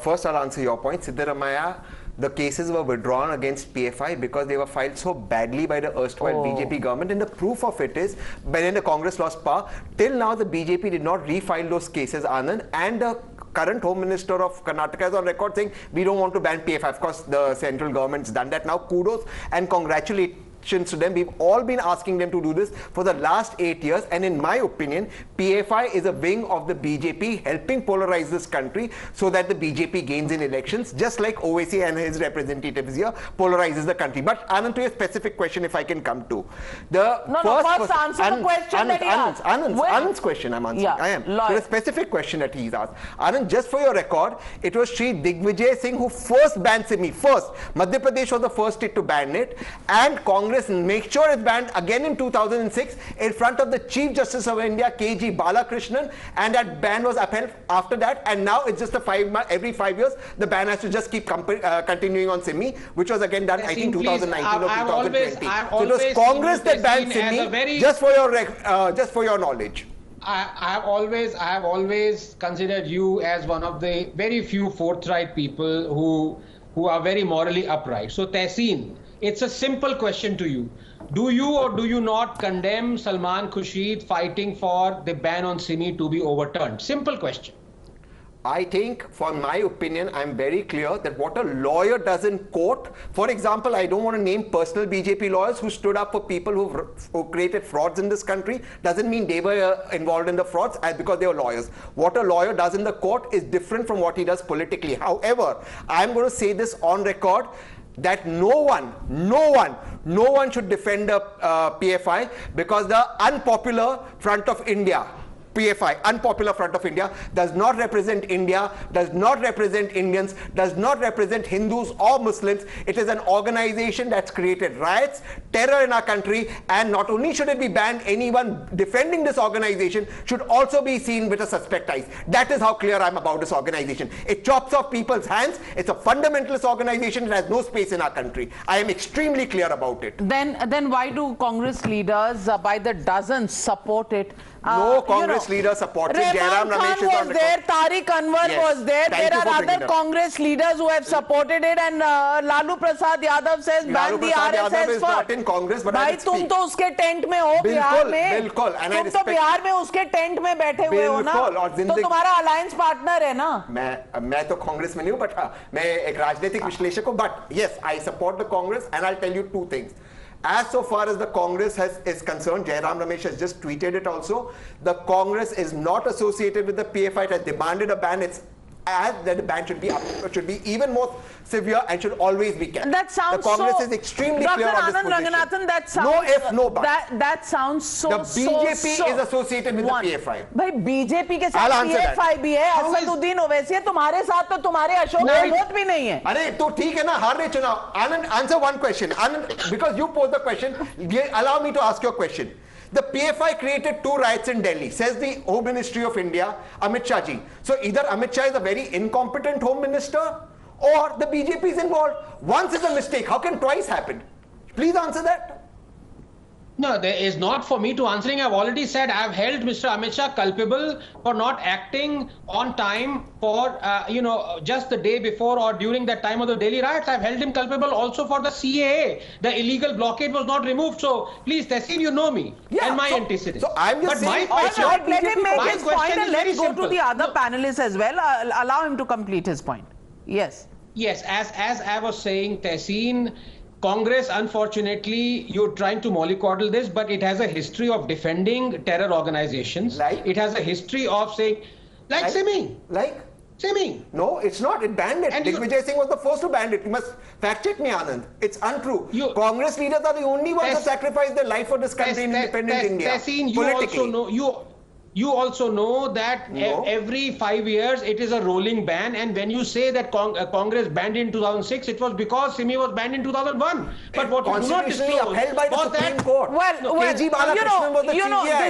This is not just a face-off between Anand Ranganathan and Tehseen Poonawalla. I will have to get in my other panelists, and I want to ask Mr. Mohandas Pai. Mr. Mohandas Pai, quibbling about whether the Congress banned it in Madhya Pradesh by Digvijay Singh or in Jharkhand, the fact is that these bans did not stay for very long. And in the end, the congressmen stood there and defended them in the court as well. So tonight, when the question is asked of the Congress, why are you equating the RSS to the PFI? All they want to say is, oh, you've taken so long to do this. Nobody is talking about the fact that the SDPI, 47 candidates of the SDPI, withdrew their candidates because they wanted the Congress candidate to win from there. Now, is that not an understanding? Is that not an alliance? And today they are trying to be more holier than thou? Navika, Congress seems to be bent on creating political harakiri in their journey forward for the last many years. The great majority of people of this country believe that PFI is a terrorist organization, has killed people like Tehseen so eloquently told us, and they should be banned because they don't want any of these organizations to run riot in this country. But there are elements in the Congress who play communal politics that have been doing it for very long, and they hope by playing this communal politics, they will come back to power. What they forget is the overwhelming majority of the people of this country are not with them, and they should make sure that they reflect the sentiment of the overwhelming majority who are against the PFI for whatever they have done. We have seen so many TV images, we have seen so many killings, we've seen so many cases against them. Hopefully the reason will come. Now they're all motivated by the hate for Prime Minister Modi and the RSS and all that, and they go on, talking about them in a very oblique way. I wish they collect some evidence and go before the court or somebody to say ban these people, instead of coming on TV. They believe by saying ban RSS, ban this, ban that, ban this, they'll be able to get the votes of a small section of people who are on communal grounds, but they're missing the bus. I think the way to do it is very clear. You must collect evidence against organizations, go with the evidence to the courts or the government, and then do what you want. By making these loose comments, they're only creating political harakiri. And today, Tehseen has made a wonderful comment. I must compliment him for being very honest, very forthright, standing up for India, standing up for the Constitution, standing up for the future of this country. I'm very happy to see what he has done, because a man of principles who is going against some of his own party members who believe that they should play communal politics is somebody who's got a great future. Absolutely. And when the evidence has been collected painstakingly, you've seen the Middle East link, and all these executives in the committee, district executive committees that have been made in the Middle East have targets on fund collection, and these fund collections come through various people who either send money through NRE accounts, and that's the way it's laundered and sent into the PFI. There is also, and I'm holding in my hand secret files of the PFI, where it is clearly stated that crores of money came into the bank accounts of PFI during the CAA protests. And Atikur Rahman, 60 crores comes in, 30 crores in cash comes in. And when the people who were making these cash deposits were questioned, they were poor carpenters, electricians, tailors, people who did, a job as a mason, whose bank accounts were used to funnel this money, and lots of it came in cash, and it was used to spread violence during those days of the Shaheen Bagh leading to the riots in Delhi. Atikur Rahman, today if the government has banned the PFI, would you want to congratulate it? Because this is not about any organization, this is about those who are doing and carrying an anti-India agenda. So would you congratulate Navika, 5 them? seconds. Can I just take 5 seconds? 1 minute. I'm coming to you. I'm coming to you, Anand Ranganathan. Atikur Rahman. Well, Navika ji, I am least concerned with the money affairs and the laundering that could be taken care of by our security agencies. What I am concerned with is, as a researcher on Islamic studies, that an organization working in India since years have been, dragged into the controversy of making an Islamic state in India. By the year, by its Vision 2047 document. So this intrigues me, how an organization was functioning in India and moving towards making India, my beautiful nation, a Islamic state, because we have seen the Pakistan, what position it is having in the eyes of the world. Ziaul Haq declaring it in the 1980s, making a theocratic state. So this is this thing, and I read that vision document of 2047. Nowhere it is mentioned that PFI was making India Islamic state. But however, I came across a document which was into making India a Hindu Rashtra, and this document is of 1925 RSS document. Sincere together every day, every evening on your channels, RSS Pracharaks and BJP spokespersons do say that either India is a Hindu Rashtra, or the RSS just a month back said that by this date India will be becoming a Hindu Rashtra. So this particular organization which is making India into a Hindu Rashtra is not banned, but PFI, which is not having anything like a Islamic state, is banned. This intrigues me, and this is a violation of the Constitution. You because this is a violation of the fundamental rights. He relies on a document from 1925. 1925 document in 2022, just 3 years short of a century. Matlab 100 saal purana document he is relying on. Anand Ranganathan. Not only that, Navika, it's been a spokesperson do claim. Mr. Rahman, not only that, Mr. Rahman is also wrong on the fact that he says nowhere I read the PFI document Vision 2047 and it mentioned about Islamic State. The tagline of the document itself, and I have it on record, is towards Islamic rule in India by 2047. If 10% of Indian Muslims start following PFI, we will achieve this because Hindus are cowards. It goes step by step. But in any case, can I please ask Mr. Rahman to see this photograph and condemn without whataboutery, condemn what he sees in the photograph, which is the Vice President of India felicitating the PFI chief. Does he have the guts to condemn this? Because he's never done so. Atikur Rahman, respond. The last president of India along with his wife was not allowed to enter a temple. Will you condemn that? I said without whataboutery. Under the guise of the RSS-led government in India, the president of India along with his wife not allowed to enter a temple. Will you condemn it? That is fake news, by the way. Navika, that is fake news, Mr. Rahman, and you did not answer my question. No, it was not fake news. It was reported in the Times of India, the sister concern of the channel you are sitting on. So, Times of India cannot have fake news? Is that what you're saying? Besides, okay, Navika, then I oblige. asked a very simple question. Navika ji, the Times Group. Well, if you make fake news. my research team is checking out the claim made by Mr. Rahman and the one made by Dr. Anand Ranganathan, and we'll come back to you. A fact check is always good to do before we spread any of these canards. But he didn't, on the record, he didn't answer the question. He but did you not didn't answer the question Anand Ranganathan asked you. Even you didn't answer my question.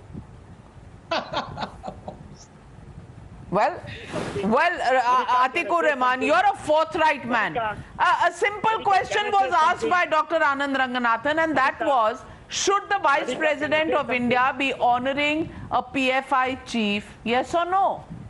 Navika, can I say something, please? Yes, Mohandas Pai, go for it. Navika, in 1947, the people who wanted an Islamic state got their state. The rest of the people who stayed back said they want to create a new country under a constitution. All the people on this channel have to make up their mind whether they respect the country that got a constitution in 1950, or they're part of the group of people who wanted a separate nation of their own. And if they believe they want something which was separate, they can jolly well take a walk. They're all free citizens, free country. So let us not quibble about Hindu state, this state and all that. We are governed by the Constitution of India. It defines what we are. And it says very clearly that everybody has equality in this. Mr. Pai, that's what I mentioned. And Navika, 5 seconds. Mohan, if these people have nostalgia for a country that broke away, they're welcome to go anywhere, because if they hate this country, why stay here? Let anybody go where they want. We are free people. Now I want to make this very clear. Navika, I'm very sorry to interrupt you. Navika, I want to make this very clear. We owe our loyalty to this country. We owe our loyalty Absolutely, to this we owe our loyalty to this country, but can I have... No, Anand Ranganathan is showing a fact to Atikur Rahman. Atikur Rahman, please watch what Anand Ranganathan is showing. Yes, what is it, Anand?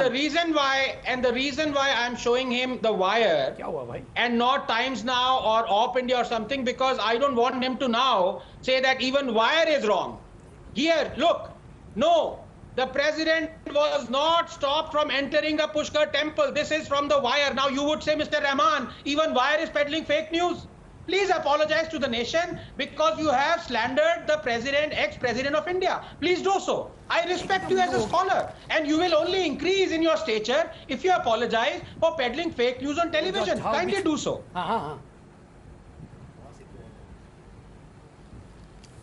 So there was my research team has come back with a fact check. Yes, the Times of India got it wrong. Other media outlets have reported the right report. So Atikur Rahman, you know, sometimes. I admire you, Navika. I admire you. Thank you so much. That's the research teams, and facts are facts, cannot be whitewashed. But I want to ask, when Mohandas Pai says that when we live in this country, we live for the country by the Constitution. So tonight I want to ask Mr. Majid Haidri. Majid Haidri, Vande Mataram? Vande Mataram. Navika, हमको मालूम है PFI Vande Mataram. कुछ रखने को. I totally agree with Mohandas Pai Sahab on the constitutional values and the national interest. So let's assume.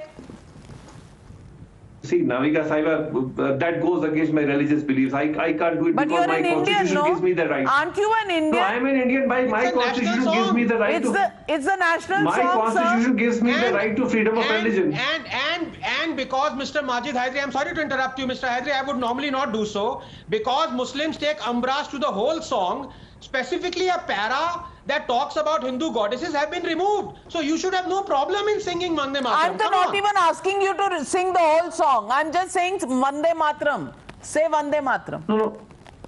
Vande Mataram. See, madam, the very verse goes against my religious beliefs. So I won't do it unless I consult my ulemas and they come up with a fatwa. I won't make it tough for you. I'll just ask you, was Burhan Wani a terrorist? See, madam, it's like asking me, was Nathuram Godse and Veer Savarkar, what was there? Why are you asking me about Burhan Wani? Are we discussing Burhan No, Wani or are because we just came, PFI? I'm just taking off from where Mr. Mohandas Pai, said that we should love our country and live by the constitution. So I just I love my country, I love my constitution. Burhan Wani, I love my Yasin constitution. Malik, who are these people? Are they terrorists Anybody or not? convicted by court is a terrorist, be it Yasin Malik or anybody else. It is supposed to be a terrorist. I believe that they are terrorists. Okay. It is simple. But my point is very simple here. No, kindly listen to my point. I am saying let's assume that in the interest of nation and in the interest of secular constitution, PFI has been banned in the absence of recovery of any arms, ammunition, any RDX, any AK-47 or any terror activity. Let's assume it has been done correctly. But why can't we apply the same for the right-wing saffron forces? Why can't RSS be banned for that? Why can't we have Sangmukh Bharat in the interest of the nation? Because we are a secular country. So Sushil Pandit, without a binary, they have no argument. Yeah.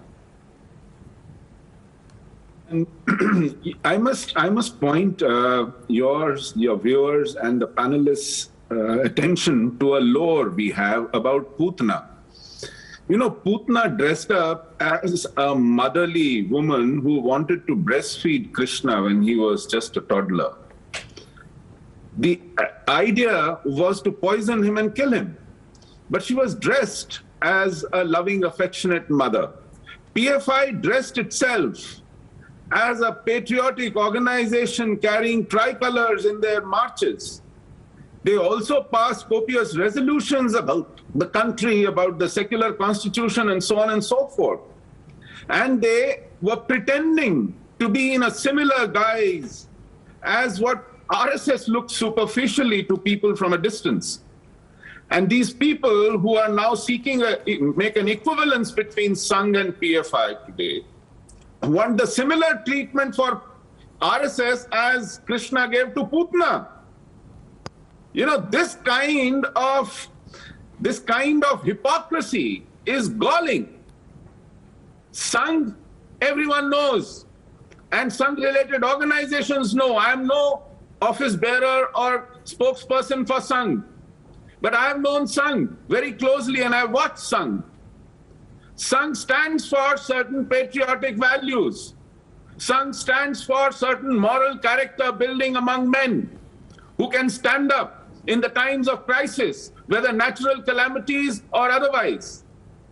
PFI simply created an appearance of Sangh-like organization in order to escape, in order to create an equivalence, in order to create some kind of an appearance for itself, so that tomorrow when there were issues like what have happened today, when there are legal proceedings, they could draw that moral equivalence and say, why not for RSS as well? And this is a tired game. We've heard this so many times. People have to get real. PFI has been funded from abroad. Sangh is never funded from abroad. PFI has its antecedents and roots going into our enemies. PFI has been conducting murders.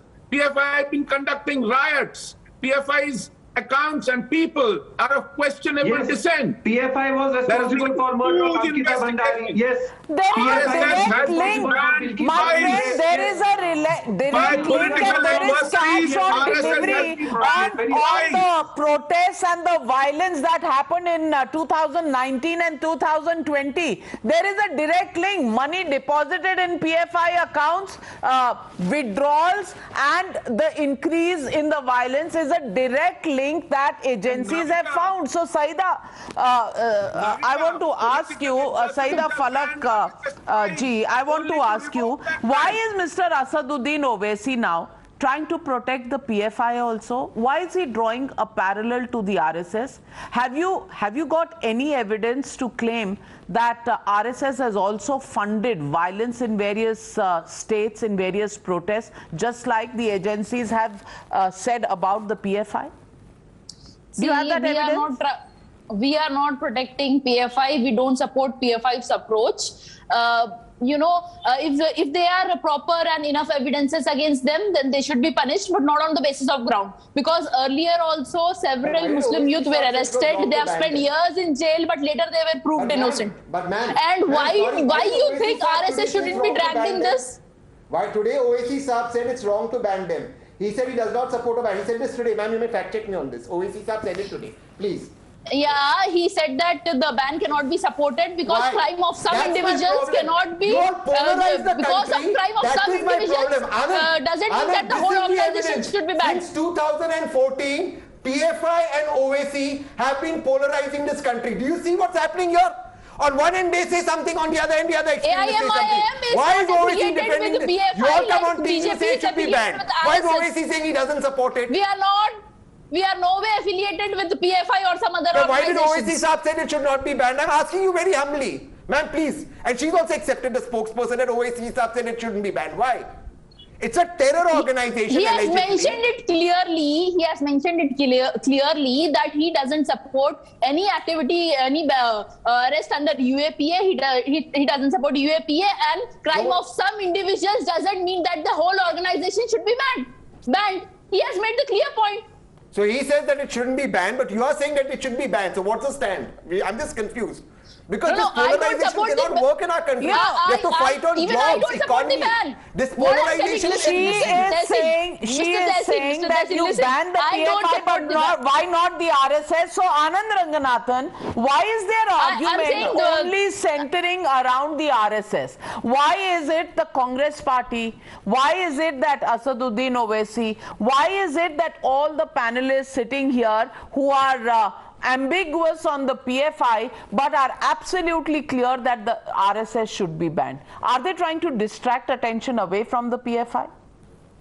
No, Navika, two points. Number one, of course they are. This thing, the binary that you talked about, is an established point of action for all those who carry this agenda. So, if they see something egregious in Islam, they immediately bring out an equivalence in Hinduism by calling it a branch, Hindutva. If they see something in a holy scripture, Islamic holy scripture problematic, they immediately bring out Manusmriti. So this is a tried and tested means. But here, I'm afraid this is turning out to be quite a night for me exposing all these charlatans. But here the AIMM spokesperson said that PFI, she doesn't support the ban, but if anything illegal has been done, any threat has been made, then the organization should be banned. Well, here in front of you is AIMIM that threatened. It must be punished. Yes, so AIMIM threatened to behead Taslima Nasreen. 3 of its corporators were arrested.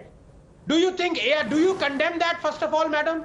Do you condemn? And why do you think RSS shouldn't be dragged in this? Why do you think RSS shouldn't be dragged in this? He's asking you the question.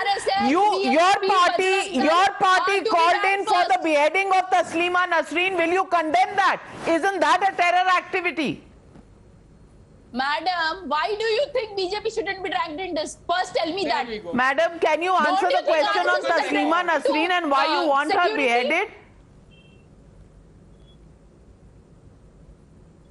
That is not the topic here. Oh, that is not. We are talking about PFI and RSS. Course ke bahar aa gaya. You first tell me why RSS shouldn't be banned. That is not the topic. RSS shouldn't be dragged here. Okay, and that's why Majid Hydari also did not answer the question on Burhan Wani because that is not the topic here. RSS is not involved in several. The question,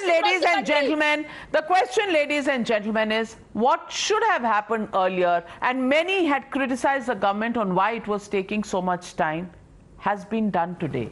The ban on the PFI.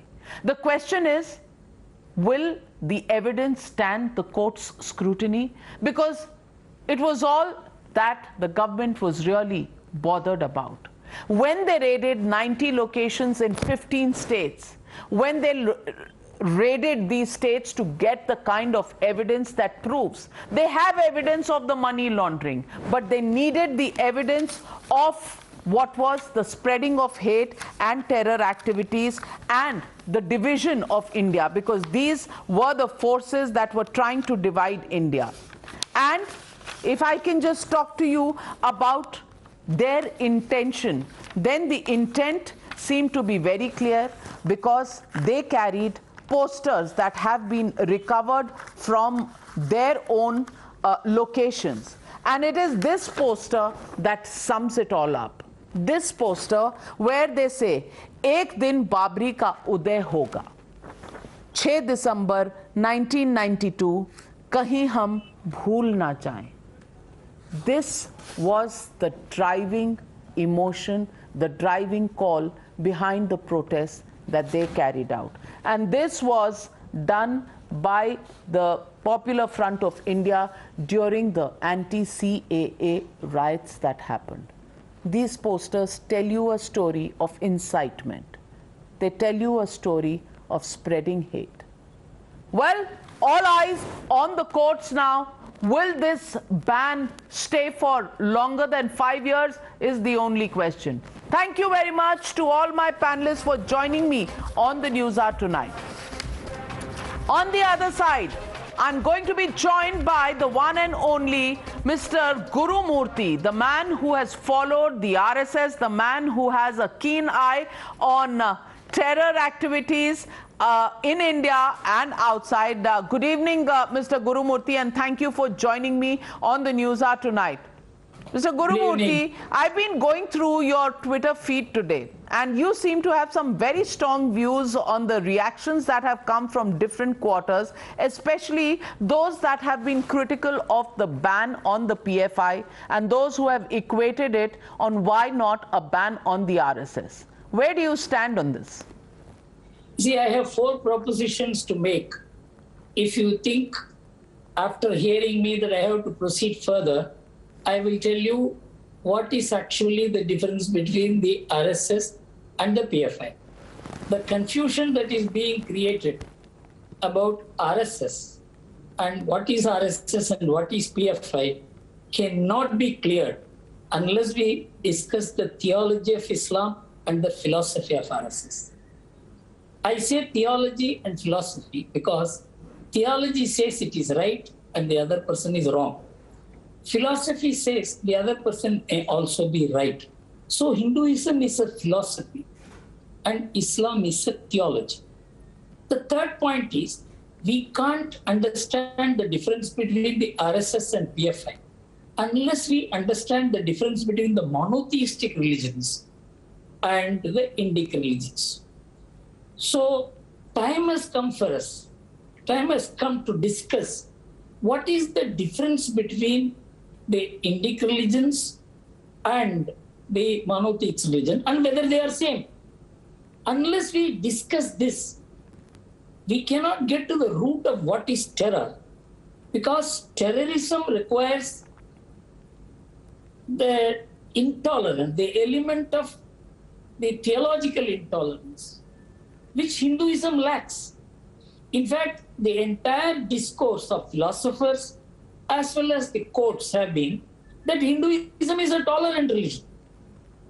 Intolerance that is needed, the doctrinal intolerance that is needed to drive terror is completely absent in Hinduism. In fact, the Hinduism suffers from what Karl Popper says as the paradox of tolerance. It is the tolerant versus the intolerant which is creating the problem for Hinduism, and that is not coming into the Indian discourse. If you want me to move further, I will tell you how the courts have dealt with this issue. But Mr. Guru Murthy, there are many people who argue that there can be bad apples in any basket.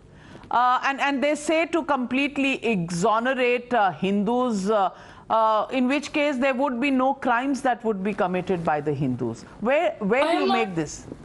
I am not talking about Hindus. I am not saying that Hindus cannot be intolerant, but that is their personal choice. But does Islam leave the option to be intolerant? The option to be tolerant? That is the issue. You see, in 1976, the Supreme Court said that a Hindu undivided family can have a Christian member because Hinduism does not exclude any faith.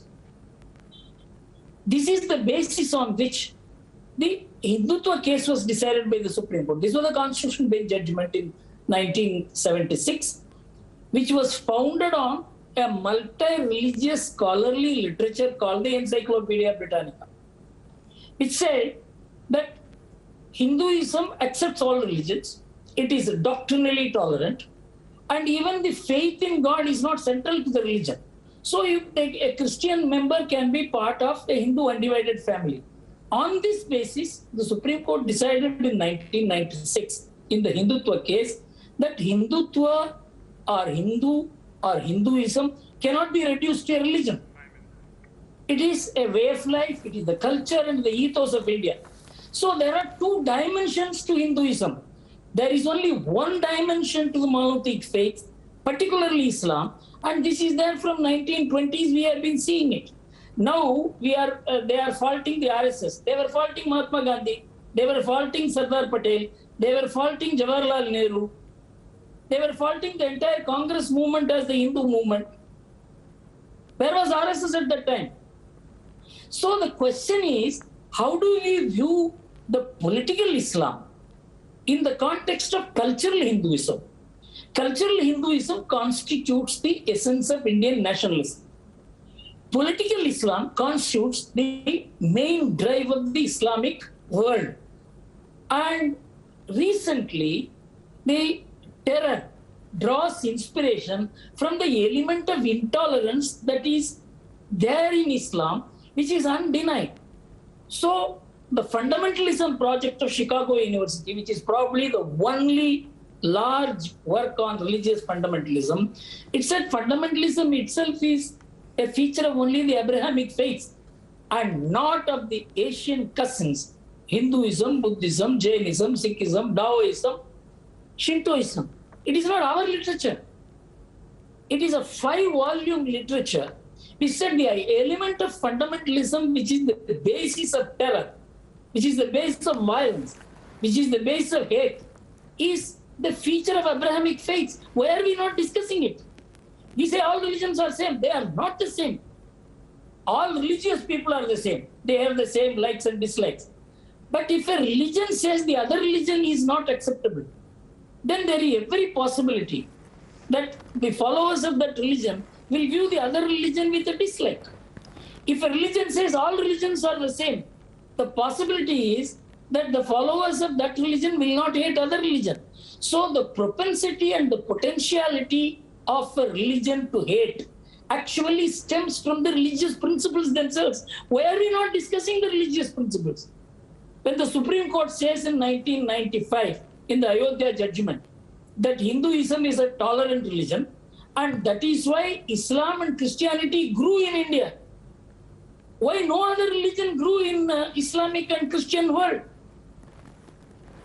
These are all fundamental questions which we'll have to discuss. And I am having the freedom of, which is a completely, it's about democracy, freedom and all that. This says Hinduism is compatible with the democracy. Islam is not compatible with the democracy. And you are representing an ideology which is not compatible with the democracy. We will have to discuss that.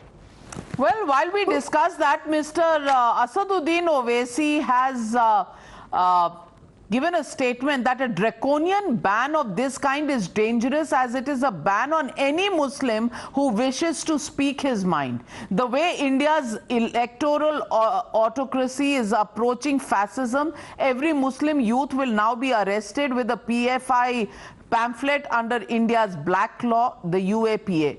Is this fear-mongering or is this something that one community should worry about? This is true only if there is no fundamental rights and the courts are not sitting like during 1975-77. So long as the courts are sitting in India, so long as whether the law is to be tested on the fundamental rights which are in force today, whether a particular action taken under the law is compatible with the fundamental rights enshrined in the Constitution, this fear is unjustified. Only if this government imposes emergency and clamps down on all and removes the concept of fundamental rights, this argument will hold good. So why is Mr. Asaduddin Owaisi saying this, as are some leaders of the Congress party as well? You see, it is basically that an unfortunate thing, there is a stream of leadership produced by Islamic politics right from Ali brothers and then Jinnah and all kinds of people, right up to Hasan Owaisi, who speak only the theological dimension of Islam and want the whole world to be constructed on that basis. Do they accept there is any legitimacy in any other religion? Do they accept that another religion can be a true religion? Then only you can live with that religion. If you think all other religions are false, then mentally you are in conflict with all religions. There is something fundamentally wrong with that approach in a multi-religious world. And why don't they look at Indonesia, which is a Muslim country, which has Hindu symbols, Hindu culture, Hindu value systems. It doesn't have terror.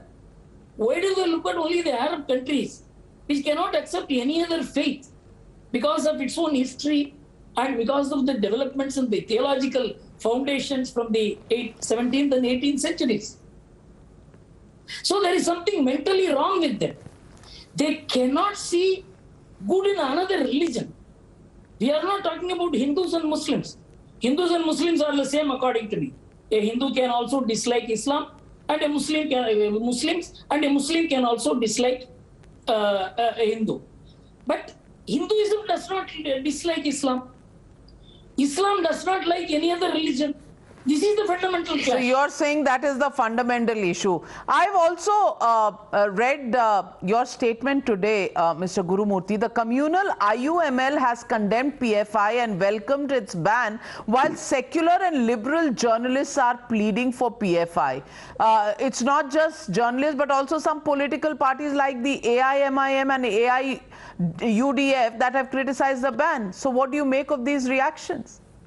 You see, if in India somebody takes the position on a Hindu or Muslim issue, the idea is how much votes they will get or lose. If somebody thinks he will lose more Muslim votes than the Hindu votes he will get, obviously he will be saying the ban is wrong.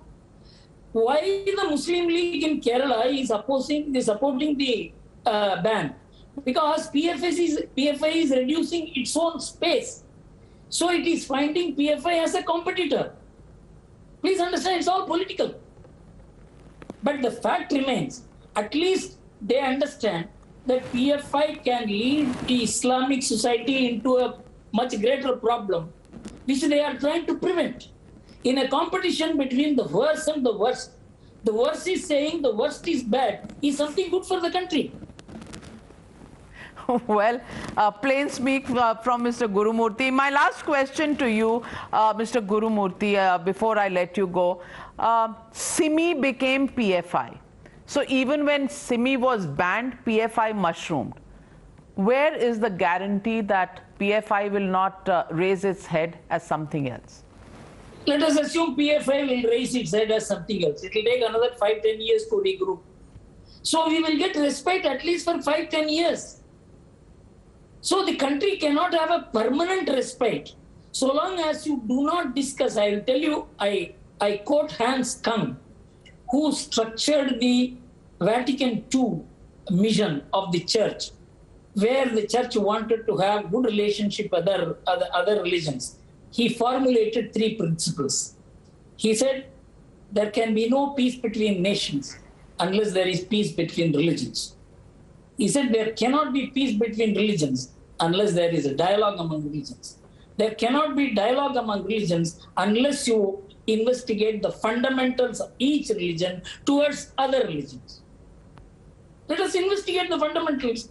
Let Navika Kumar ask some Hindu scholars and some Islamic scholars and ask them, what is your attitude to other religions? Then you will know where the firepower comes. Intolerance, doctrinal intolerance is the foundation of terror. And Hinduism suffers from doctrinal tolerance in the context of extremism.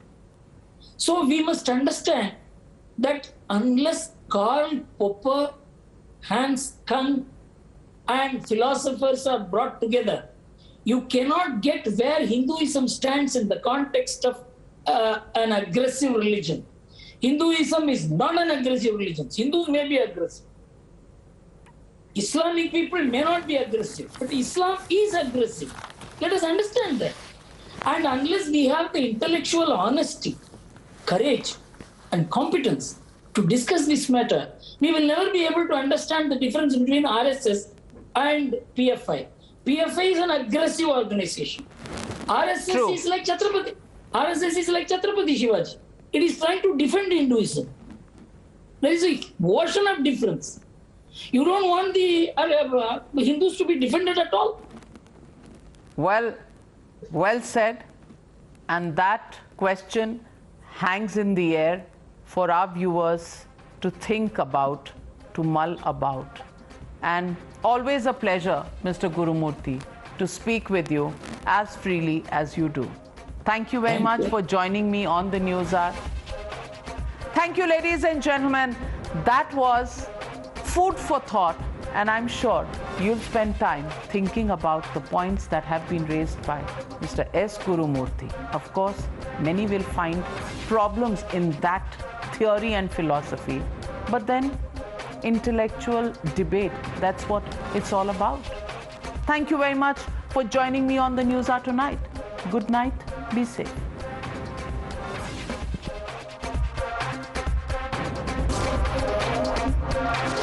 The News Hour at 9 will be right back.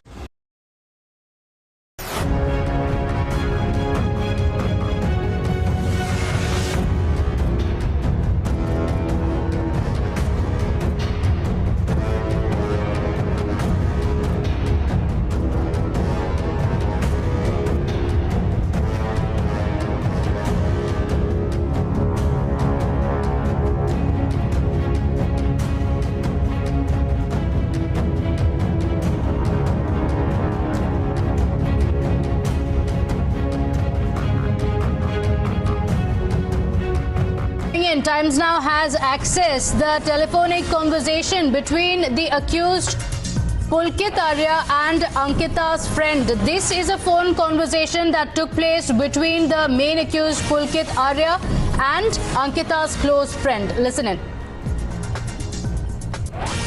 Hello hello हाँ पता लगा कुछ hello बात करता हूँ बस आपको आधे घंटे में हम यहीं बैठे हुए हैं अभी कहाँ बैठे हो आप यहाँ स्टेशन में पुलिस स्टेशन में हाँ वो इंस्पेक्टर से बात हो गई है वो पहुंच रहे हैं अभी हमारे पास 10-15 मिनट में आप अभी पुलिस स्टेशन में हो वो रिजॉर्ट में जाएंगे क्या हाँ रिजॉर्ट में जाएंगे पूरा सारा सब देखेंगे सारी चीज सब देखेंगे कहाँ है किसके साथ बात किया क्या नहीं किया कॉल डिटेल पूरी निकालेंगे हिस्ट्री सब निकालेंगे भाई ये सब करना पड़ेगा अच्छा मुझे एक बात बताइए हाँ जब आपने मेरे को रात को फोन किया था कि इनको ले जाओ है ना कहीं और जॉब ढूंढो हाँ तो उसके बाद से उनका फोन बंद क्यों हुआ है मेरे को ये समझ नहीं आ रहा भैया आपको सारी You're watching the News Hour at 9.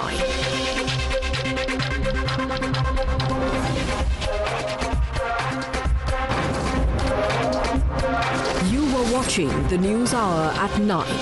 Stay tuned.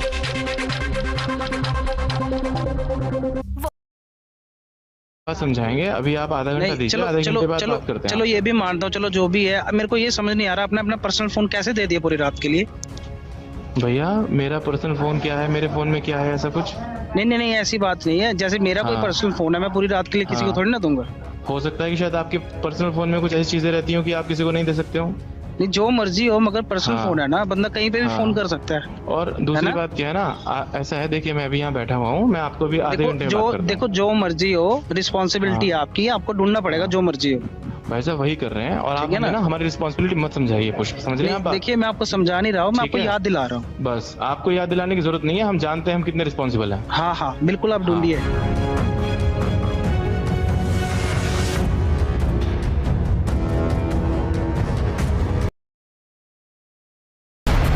most pressing issue, the most informed minds, a free and fair exchange. Converse India with Rahul Shivshankar.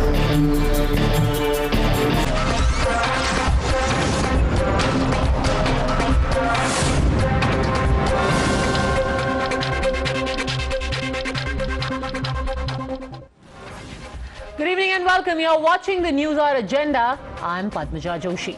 It is said that patriotism is the last refuge of a scoundrel. But it seems in India, that last refuge of the scoundrel is the claim of Islamophobia.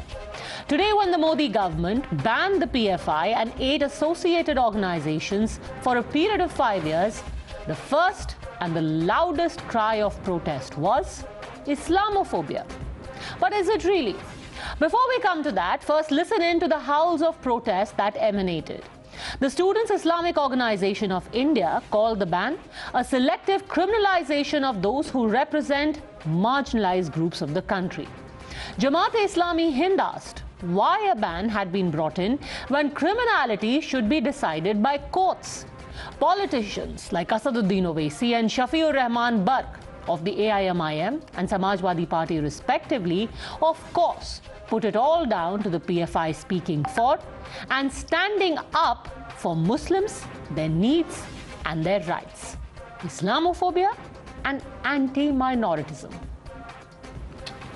A draconian ban of this kind is dangerous, as it is a ban on any Muslim who wishes to speak his mind. मुनासिब नहीं है, लेकिन मुसलमानों को represent करती है, इसलिए उस पर बैन लगा दिया गया. The campaigns of hate, polarization campaigns of hate and terror, anti-minoritism, all these continue. सरकार को ऐसा कुछ नहीं करना चाहिए, मुस्लिम समाज में ऐसा टेरर पैदा नहीं करना चाहिए ताकि वो टेररिज्म के पास चला जाए. Now, all of this is the reasoning that has come on multiple fronts. Charge number 1 is, why is PFI being singled out? Why not the RSS and the Bajrang Dal? Is this an attempt to try and create a polarized atmosphere in the country when elections to a few states are just a few months away? And finally, if the PFI has been banned now, will the Vishwa Hindu Parishad come next? एक साथ इस तरह के जितने भी संगठन हैं सबको बैन करिए. The government, by banning PFI, has made a selective banning unless they ban similar other organizations like Bajrang Dal and Ram Sena. How come PFI is banned but organizations associated with convicts of Khaja Ajmeri bomb blast are not? इसीलिए मैं कहता हूं कि it should not be A selective approach. RSS वाले करें तो वो इनको सूट करता है, अगर कोई दूसरा करे तो इनको नुकसान पहुंचाता है. We demand the union government to ban right-wing organizations like RSS, Sanatan Sansad, Vishwa Hindu Parishad, Bajrang Dal, Ram Sena. You're watching the News Hour at 10, debate number 1 on Times Now, Super Prime Time. So is this arbitrary, unauthorized, unconstitutional and Islamophobic?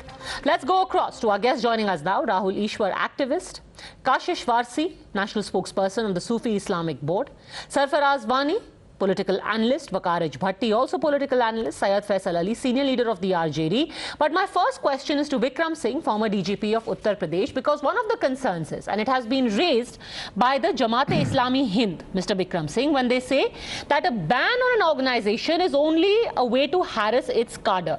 The duty of the police is to maintain law and order. The courts will decide the allegations against them. A ban is a crackdown on their freedoms. Is it? Is it arbitrary and unconstitutional? Padmaja, good evening. I would like to say this is bizarre, ridiculous and uncalled for. The police have done, and the ED and the NIA have done what is expected of any investigating agency to search, raid and collect the evidence and produce before the tribunal. What wrong have they done? And to criticize just for the sake of criticizing and indulging in absurd and whimsical whataboutery does not serve any purpose. What about the incriminating evidence that they have got? Absolutely incontrovertible, the CDs, the discs, the electronic evidence, the trail of 250 crore rupees, the cryptocurrency, the deep web collections, the collection from the Middle East, Mauritius and whatnot. Do you think for a moment that the advance payment made to the real estate industry and to the stock market and the investment maids are coming out of thin air?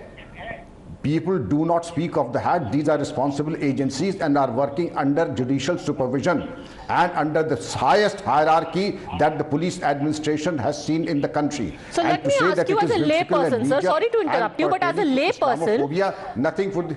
As a layperson, they would say it should have been you file a case, you take it to court, the court could have banned them or jailed them. You subverted the whole process and you just banned them ad hoc. What would you say to that? Padmaja, there is a process of investigation, there is an investigation plan. This is a part of investigation, search, seizures, and you see the CRPC and other tenets of law. You tell them if they find fault in this, go to court and get the people suspended. They won't do it. They will indulge in vitriolic criticism for the sake of criticism to demoralize the NIA and the ED. But if they are even 1% sure, Padmaja, I'm sure you would be ever somebody as senior as you. They have paid a princely amount to the leading advocates in advance to look after them. If they have even the iota of doubt, then they can go and find out and move to the court and move for the dismissal of the NIA and ED officers if they have a case. They have none. They don't have a shred of merit in whatever they are saying. Okay, so the entire process, just for your benefit, Mr. Sarfaraz Wani, I had Mr. Vikram Singh decode for you. Process has been followed, evidence has been placed, reasons have been given. This is no targeting of any Muslim. This is targeting of an organization of terrorists. Padmaja, why do I call it a vendetta? Because this is not a big deal for an investigation agency like NIA and the present dispensation headed by the BJP and the radicals at the center. It's not a big deal for them to target anybody. You see how UAPA is being misused all over the country. I can give you thousands of examples from Jammu and Kashmir where UAPA has been misused, and that has been held by the court also, that how UAPA has been misused. Now, regarding this, the first point is that can you ban an organization just because some of its members have been found doing unlawful activity? Can you ban an organization? Yes. This has been held by the Honorable Supreme Court number of times, that you cannot ban an organization just because some of the members have... Really? Let's get clarity on that from Vikram. No, hold on a second. You are making a factual point, so let Mr. Vikram Singh answer that. If 10 members of a 1,000-member organization are involved in some illegal activities, can you ban an organization, Mr. Vikram Singh? Sarfaraz Wani says, no, you can't. Can you ban an organization? Absolutely, Padmaja. A single act of illegal, anti-national and subversive activity is sufficient reason to ban the organization. Here you have a long criminal history of the chopping off of the right hand of Professor T.J. Joseph in 2011. Then you have somebody like joining the ISIS in Libya and being bombed there by the drone attack. If that is not bad enough, I really don't know what you would feel and what would be sufficient. Then Sartan Singh Juda, the Bengaluru riots, the Delhi riots. Any member found engaged in an anti-national act, the organization can be banned. Next. No, that's wrong. That's wrong. Can selective cases against some individuals of a party, be it a political party also. If somebody of BJP is found involved in activity, will you ban BJP? Don't you have members of BJP doing all these activities? Don't you have members of RSS doing all these activities? Sir, this is a coordinated effort at the level of an organization. You are carrying the logic too far. Padmaja, this is not logic. That the whole organization has been... Sir, this is not one person standing up and doing some pickpocketing. This is done in an organizational, systematic level where funds are being brought in, disseminated, multiple people, and planning done. Abu Bakr al-Hindi, please read Voice of Khurasan, a publication of the ISIS, which Answer me, does PFI has a political party? Yes. Do they fight elections? Yes. Their political wing. So the SDPI has not been banned. Talking about the PFI. So I'm telling you. Do they hoist national flag? Yes. Padmaja, even dacoits have fought elections in the country. What does it mean? Is dacoit not a law and order problem? Hold on a second. Now we are going into the realm of the absurd. You asked one factual question. This is not illogical. Padmaja, this is getting to be illogical. Exactly. So can you ban an organization if it is found that in a systematic way they are engaging in anti-national activities? The former DGP of Uttar Pradesh has answered your question. The answer is yes. Now when you talk about they are working for the welfare of Muslims, I want to actually read to you this brochure that was found with Muhammad Nadeem, PFI leader, Barabanki, Uttar Pradesh. Muhammad Nadeem, and in this brochure it starts by saying, fight and slay the pagans where you find them, seize them, beleaguer them, lie in wait for them in every stratagem of war. Chalo, let's leave that about who these pagans are. What does this altruistic organization have to say to its cadre? A short course on how to make IDs using easily available materials. Aim to impart technical knowledge about bomb and IDs, to familiarize participants about impact of bomb and IDs, to differentiate between the functioning of impact of weapons like pistol and IED, to show that bomb and IDs can be made using easily available materials, to make bomb IDs without getting caught. Now this certainly is not about some fund collection for, you know, some giving lunch to poor people. If you are familiarizing participants and it is being done at organizational level, then it calls for a ban, sir. This is not about any religious organization with religious activities, Sir Farazwani. See, again, I'm coming to the same point.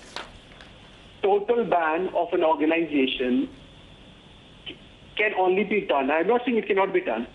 This is not my point. It can be done if there is a strong case against the majority, or you can say the core of the organization being involved.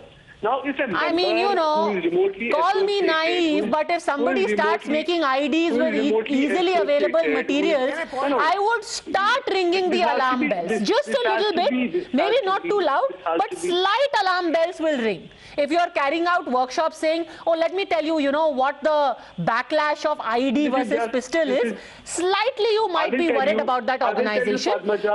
I will tell you, Padmaja, this will be detrimental in the long run. How? Every minority person can be targeted. Look, you were a member of PFI that time. Look, you have received some funds. Look, you were in the education institute. Padmajaji, just one point. This can be detrimental. This will be detrimental, but it will be detrimental to terrorists and criminals. And criminals and terrorists of any religion, they will find it to their detriment. Rahul Ishwar. Padmajaji, just one point. For BJP to book any. Rahul Ishwar. Padmajaji, just 2 quick points. Just 2 quick submissions. Please remember, Kerala and India is home to some of great and wonderful Muslim organizations. We have a very pluralistic and harmonious Indian Union Muslim League, a very progressive MES who had restrictions on hijab and parda in their campuses long before even debate happened in India. We have an evolving Jamaat-e-Islami. We have a very spiritual Samasta who everyone respects. So there is no Islamophobia angle in it. There are crazy crackpot hardliners in every organization and every community especially. And you know, Muslim community also has Islamist, Wahhabi, hardline extremists like Popular Front of India. Even in Hindu community, we have crackpots like Satvi Prachi or Yati Narasimhanand who even oppose Har Ghar Tiranga. See, people like them are a curse to our society. The difference between Popular Front and them is Popular Front is a well-oiled machinery, a mechanism that has carried out systematic attacks with a poisonous ideology. They didn't chop off hands of Professor Joseph because they have personal enmity. It is ideology driven. They didn't kill Comrade Abhimanyu because they had personal enmity. It was ideology driven. The senior most communist leader living in India, V.S. Sachudanandan, when he was chief minister, was on record saying that Popular Front want to convert Kerala into an Islamist state in the next 20 years. This was not said by right-wingers. This was not said by any other organization, but the chief minister of Kerala, who is the senior most leader of communists. And please remember, this hardline Wahhabi Islamist Popular Front is a danger to our Indian Muslims, danger to Indian society, and against our harmony. So they should be singled out. They cannot be done a false monkey balancing with any other community organization. Okay, you have preempted what Syed Faisal Ali was going to say, because the RJD, you call it monkey balancing, Rahul Ishwar. Syed Faisal Ali, the chief of your party today, said that the RSS is even more dangerous than an organization whose members have been convicted for, among other things, murder and a murderous attack on Professor T.J. Joseph. Yeah. What is wrong in it? What Lalu Prasad Yadav ji said today has already been said by Sardar Patel 70 years ago. If you remember, if you read the communique of 4th February 1948, when the RSS was banned for the first time, it very clearly said that RSS is a force of hate and violence. So what wrong Lalu Prasad Yadav ji has said? He is simply reiterating what Sardar Patel said 20 years ago. Secondly, the RSS is also one organization which was banned thrice. And remember, Padmaja, when RSS was banned in 1948 and when the ban was lifted, very conveniently people say that it was Patel himself who lifted the ban. But remember the fact, they are twisting the history. Before lifting the ban, there were 2 meetings of Golwalkar and Sardar Patel. And those meetings failed. And for third time, Sardar Patel refused to meet Golwalkar, and then he unconditionally said that we will be cooperating with the government, and the ban was lifted conditionally. Okay. The ban was not lifted. So before Rahul Ishwar responds to that, let me ask you out of curiosity. You are saying the RSS should also be banned, but you support the ban on PFI, correct? You support the ban on PFI? You agree it's an extremist organization? No, I'm not saying that. Yes, I agree that any organization which promotes hatred or extremism, no, but does PFI promote hatred according to you? Act of terrorism or you are clear that RSS promotes hatred and should be banned. See, do you agree PFI promotes hatred and should be banned? Just one line. See, the charges against PFI are serious, and they need to be taken very seriously. And if at all these charges are true, yes, why not? Any such organization which is involved in any such act should be banned. Okay. But these are so should the others. So should the others. You call it monkey balancing. You call it monkey balancing. The RJD calls it natural justice. No monkey balancing. Sauce for the PFI, sauce for the RSS. Rahul Ishwar. Padmaja, just one line. Just one line. Yes. Padmaja, just one line. I am a Hindu activist. I don't belong to RSS. I respect Sangha and RSS, but I don't belong to them. But please remember, this week is when Pujaniya Sarsang Chalak Mohan Bhagawatji reached out to a mosque, went to a madrasa, engaged and interacted with the senior Muslim leaders of our nation. He is opening, and he has even gone on record to say that there is no need to search for Shivalingam under every mosque. He has categorically stated that we all have same DNA with different worshipping modes. Are you equating, or are some people equating RSS with PFI? See, this is a pseudo-secular cover fire to appease PFI so that they will appear neutral. See, a PFI cannot be compared with any other organization. They are a hardline Islamist organization. There are responsible Hindu and Muslim organizations. They can be compared. Mr. Wani, Syed Faisal Ali. Yadav has said is today. What Patel has said, please go to that. Please read history. Yeah. Please read the communique of 4th February 1948. What time? You are very conveniently ignoring those facts. Similar charges were leveled against RSS and many other organizations. And not by Lalu Prasad Yadav ji or not by any other, by Sardar Patel himself. Please see the context. Sardar Patel later even invited RSS to join the government along with Congress. Fact that see, the historical context is different. You are equating apples with oranges. No. Kashish Varsi, today people are worried that this is going to open up a Pandora's box. That tomorrow every Muslim organization is going to be under the scanner, and they are going to be worried of what will happen to them next. Kashish Varsi. Please question is easy. कशिश वारसी साहब, मुसलमान डरे हुए हैं कि आज PFI, कल उनके साथ भी ये हो सकता है। नहीं, ऐसा बिल्कुल नहीं है। ये मुसलमान इस वक्त खुश हैं। दरअसल अगर इन्होंने इस्लाम का सही चेहरा जो रसूलुल्लाह ने पैगाम दिया है वो बताया होता, करबला का पैगाम बताया होता, जो गरीब नवाज ने इस्लाम दिया वो बताया होता, वारिस पाक ने जो इस्लाम दिया वो बताया होता, तो आज इनके यह सब नहीं होते। इन्होंने मुसलमान को जिहाद के नाम पर भटकाया है। इस्लाम अमन, शांति, प्यार का मजहब है। इन्होंने सही इस्लाम दिखाया ही नहीं। इन्होंने इन्होंने कट्टरपंथी वहाबी और इस्लाम दिखाया है, जो इस्लाम है ही नहीं। ये मौलविज्म को इन्होंने बढ़ावा दिया है। इन्होंने हुसैनियत और मौलवियत की बात ही नहीं करी। अगर ये हुसैनियत और मौलवियत की बात करते, हुसैनियत का पाठ पढ़ाते, मौलवियत का पाठ पढ़ाते, जो गरीब नवाज ने पैगाम दिया, साबिर पाक ने पैगाम दिया, निजामुद्दीन औलिया ने पैगाम दिया, वारिस पाक ने पैगाम दिया, वो पैगाम अगर ये बताते तो आज कोई भी मुसलमान भिड़क नहीं सकता। वकारिज भट्टी, आज लोग खुश थे, पीपल वो सेलिब्रेटिंग जब बैन हुआ। मैडम जी, पहले ये मुझे बताइए कि आपने अभी कोई ये मुस्लिम स्कॉलर है, पता नहीं कोई जाहिल कहाँ का आपने बैठा के रखा है। नहीं, पहली बात तो आप प्लीज किसी को नाम मत बुलाइए, ये सूफी इस्लामिक बोर्ड के हेड हैं। आपके हिसाब से कोई सर्टिफिकेट नहीं लेके आता कि कौन किसकी जहालत है और कौन पढ़ा लिखा है। आप अपनी बात कहिए। बात रखने देंगे मुझे या नहीं रखने देंगे आप? मैं बोल रहा हूँ, सुनिए मेरी बात। इस्लाम, सुनिए, इनको चुप कराइए ना। इस्लाम सिर्फ एक है, जो अल्लाह ने दीन दिया, जो नबी वसल्लम का पैगाम है दुनिया के लिए, वही इस्लाम है। ख्वाजा गनीब उनके औलिया हैं, वो बुजुर्ग हैं, उन्होंने इस्लाम नहीं भेजा हुआ। इस्लाम अल्लाह ने भेजा है नबी वसल्लम के लिए, और कुरान है जो नबी वसल्लम का दीन है वही चलेगा। अब रही PFI की, सुनिए ना, ओ भाई बात सुन, चुप करके बात सुन।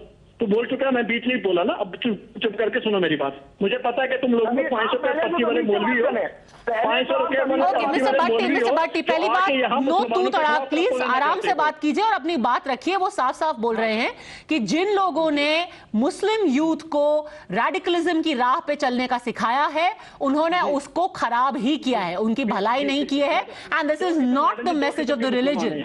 भारत, सुनिए ना मैडम जी, भारत में 2 किस्म के मुसलमान हैं। एक वो मुसलमान जो RSS का कच्छा पहन चुका है, जो RSS के पैंट पहन चुका है, वो उसके इशारे पे नाच रहा है, जैसे ये अभी बोल रहा था। जो दूसरा मुसलमान वो है जो RSS की आंख में आंख मिला के उससे सवाल पूछ रहा है और बीजेपी सरकार मतलब से बोल जो रहा है कि आदमी अपने कौम की भलाई की बात कर रहा है और कह रहा है कि आप बॉम्ब और आईडी मत बनाओ, वो RSS का हो गया। जो आपकी तरह बोल रहे हैं कि PFI सबसे आइडियल है, वो अच्छा और सच्चा हो गया। ये क्या बेकार की बात हुई भाई? सुनिए ना, बीजेपी RSS से RSS जो है ना, VHP जो RSS आपकी बहुत बड़ी अमन पसंद तंजीमें है ना, दुनिया के सबसे ज्यादा आतंकवाद अगर कोई है तो वो RSS के अंदर है। और RSS, अरे सर, रैंडम बातें मत कीजिए ना। आप फैक्ट्स में ये बताइए कि जो भी कोई ऑर्गेनाइजेशन अगर मुसलमानों को आर्म और रेडिकलाइज कर रही है, how can it be beneficial for them? उनकी भलाई कैसे हो सकती है? सुनिए ना मैम, सुनिए, जो कशिश वारसी साहब आपको कुछ जवाब देना चाहते हैं। कशिश वारसी साहब, सुनिए, ये अलमिया है हमारा। ये अगर कोई देशभक्ति की बात करेगा तो RSS का आदमी हो जाएगा, जो हुसैन या अली कहेगा वो शिया हो जाएगा। ये इल्जाम लगाते हैं ये लोग। देशभक्ति की बात करना जो है वो RSS का लट्टा पहनना हो गया। इस्लाम ने उबुल वतन नहीं बताई है।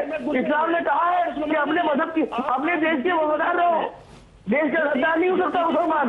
ये मुसलमानों को भटका रहे हैं। मुसलमान जो नबी वसल्लम का दीन है उस पर चले, वो मुसलमान है। आपका मुसलमान इस्लाम कहाँ से आया मुझे पता नहीं। आपने बोला अरब देश से, अरबियों को मानने वाले, तो इस्लाम अरब से आया है। नबी वसल्लम अरब से थे, वो दिल्ली से नहीं थे। तो जाहिर इंसान पहले कुरान पढ़ ले, फिर हदीस पढ़ ले, उसके बाद बोलना इस्लाम कहाँ से आया। सर, आप पता नहीं किधर से क्या रिलीजन को यहाँ पे बैठ के इंटरप्रेट मत कीजिए, क्योंकि यहाँ पे कोई ऐसा एक्सपर्ट नहीं है। सिंपल बात यह है कि आपको बता दिया कि यहाँ पे अगर रेडिकलाइज करने की कोशिश की जा रही है। दूसरा मैं आपको दिखाना चाहती हूँ, एक सेकेंड आप कशिश वारसी साहब रहिएगा यहाँ पे। मैं सरफराज वानी जी को दिखाना चाहती हूँ, एक आदमी जो कि अल्पसंख्यक मोर्चा के जिला अध्यक्ष हैं गुना में, मध्य प्रदेश में, जाकिर बावरी ने क्या किया, उन्होंने सिर्फ एक पर्चा निकाला, कहा कि we oppose PFI because PFI हमारे जो यंग मेन है उनको बरगला रहा है। विद द रिजल्ट आज आकर के उनको इतना पीटा गया कि अब वो अस्पताल में है, वो क्रिटिकल है। आप उनकी जरा बात सुन लीजिए कि उनका क्राइम था क्या। उनका क्राइम सिर्फ इतना था कि please do not mislead the youth of our community. According to him he is a criminal, PFI is great. Sarfaraz Wani, See, Pakistan, violence of any sort cannot be condemned. Cannot be supported. Sorry, everybody has a right to express himself, be it a Muslim, be it anybody, any organization. Regarding the Sofi board chairman who was talking about the lesson of Karbala and the lesson of Imam Hussain, I want to come on this, that it is the message of Karbala that when the martyr Imam Hussain said that remember me, his quote is, remember me when the truth becomes alone and sad. Remember me. So the question is, the truth is that UAPA is the most draconian law which is being used against a selected community. And have you seen cases of UAPA being used against the RSS? Have you seen cases UAPA being used against other communities? 99% case of UAPA are against Muslims. Why? Okay, Because let Mr. Vikram Singh come in on this. Since he's headed a police force, why is UAPA draconian as it is being used only against Muslims? Mr. Vikram Singh. Yes, it is a law made for... And the PFI is the latest victim. Mr. Vikram. Padmaja, this is again a very irresponsible way to interpret things, that UAPA does not have a proportional representation, and there is no system of reservation that every community should have equitable representation in the jails because of UPPA. Those who deserve to be booked under the UAPA shall be booked under UAPA. It is for you to introspect why a certain section is being booked more or less. If you really want to see a sample of the draconian law, the Uyghur Muslims of China know what draconianism is. I hate and shudder to think what can happen. That is draconian, my dear sir. Muslims are India in the safest environment in the ecosystem the world over, and this is what my Muslim and learned friends who are studying in America and who are professors in India say, that this is India is the best place for Muslims anywhere on the planet. All right, I'm going to leave it at that. The important thing now will be not only to follow this up with adequate evidence, but also to ensure that this Hydra-headed monster doesn't flourish under a different name despite the ban. We'll follow this very closely. In the meantime, thank you very much, all gentlemen.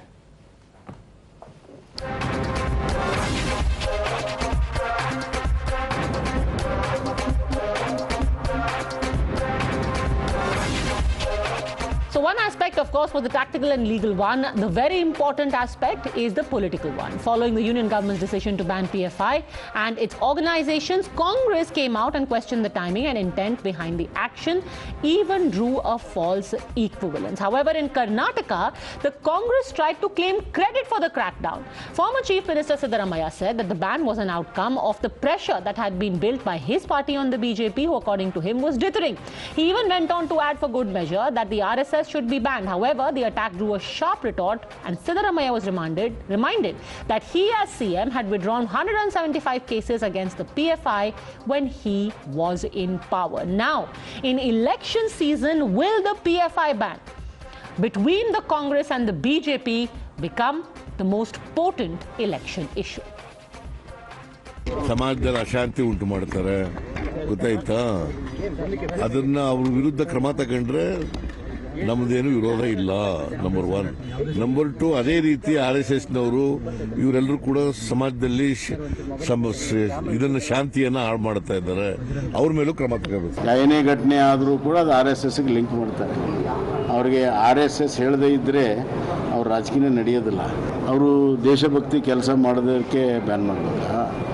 ಸಂಕಷ್ಟದಲ್ಲಿರುವಂಥ ಜನರಿಗೆ ನೆರವಾಗ್ತಾರೆ, ಅದು ban ಮಾಡಬೇಕಾ? ಈ ದೇಶದ ಸಂಸ್ಕೃತಿ ಪರಂಪರೆಯನ್ನು ಉಳಿಸೋದಕ್ಕೆ ಹೋರಾಟ ಮಾಡ್ತಾ ಇದ್ದಾರೆ, ಅದಕ್ಕೆ ಬ್ಯಾನ್ ಮಾಡಬೇಕಾ? ಏನೋ ರಾಜಕೀಯವಾಗಿ ಹೇಳಿಕೆ ಕೊಡಬೇಕು ಅನ್ನುವಂಥದ್ದು ಸರಿಯಲ್ಲ. You're watching the News Hour at 10, debate number 2 on Times Now, Super Prime Time. All right, Rahul Ishwar and Vikram Singh continue with us. We are joined by Rashid Khan, leader of the Congress, and Qamar Zaman Chaudhary, leader of the Congress. Rashid Khan, today the Congress is claiming credit, but it is being questioned for why it had sheltered the PFI and withdrawn 175 cases against members of the PFI under the Ugra Bhagya scheme. अगर आज आप ban को welcome कर रहे हैं, तो 175 cases Karnataka में क्यों विड्रॉ किए थे?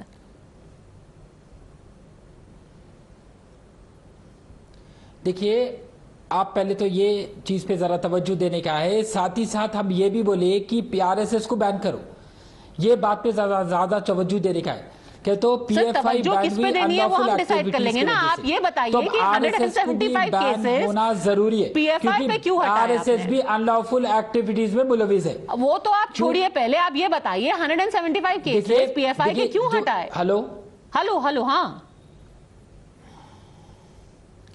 देखिए, जो भी हुकूमत को सही समझ में आएगा वैसे फैसले लिए जाएंगे। कि तो हमारा हर वक्त एक ही एजेंडा रहा कि यूनाइट एंड लीड। हमारी आइडियोलॉजी कभी भी ये है कि तरक्की पे हम तवज्जो देते हैं, तालीम पे हम तवज्जो देते हैं, डेवलपमेंट पे तवज्जो देते हैं। पर आप मुद्दे की बात करने पे तवज्जो क्यों नहीं देते? मुद्दे की बात ये नहीं है। पीस और हार्मनी के लिए हम बोल रहे आरएसएस। मेरा सिंपल सवाल आपसे ये है सर, आरएसएस पे आप केस कीजिए ना, उनको बैन करवाइए। Nobody holds a brief here for RSS. My question is different. देखिए राशिद खान साहब, मेरा सवाल ये है, आ चुका ना, मेरा सवाल आज, अरे बैन को आप वेलकम कर रहे हैं ना? BJP government has banned PFI. That's great. So you are saying you welcome the ban on the PFI. My question to you is, goes against country which is involved with anti-national activity, that organization should be banned. Okay, lovely. Then why did the Congress party take back 175 cases? Now, when it comes to RSS, so let's crack down all the sister organization of right wing. Sir, let's crack down. When you come in government, by all means you crack down, but you haven't answered the question. Let me try and get the answer. NIA investigation अगर से ये तंजीमों पे हो रहा तो what's so wrong in it? तो ये भी तंजीमा unlawful activities में मुलविस है। Sir, मैं आपको सौ मिसाल दे सकता हूँ। Okay, I'm very hopeful that at least Kamal Zaman Chaudhary will come to the point. Please hold on a second. Let me quote to you, Kamal Zaman Chaudhary, what a media report says from the 2nd of June 2015 about the Ugra Bhagya scheme.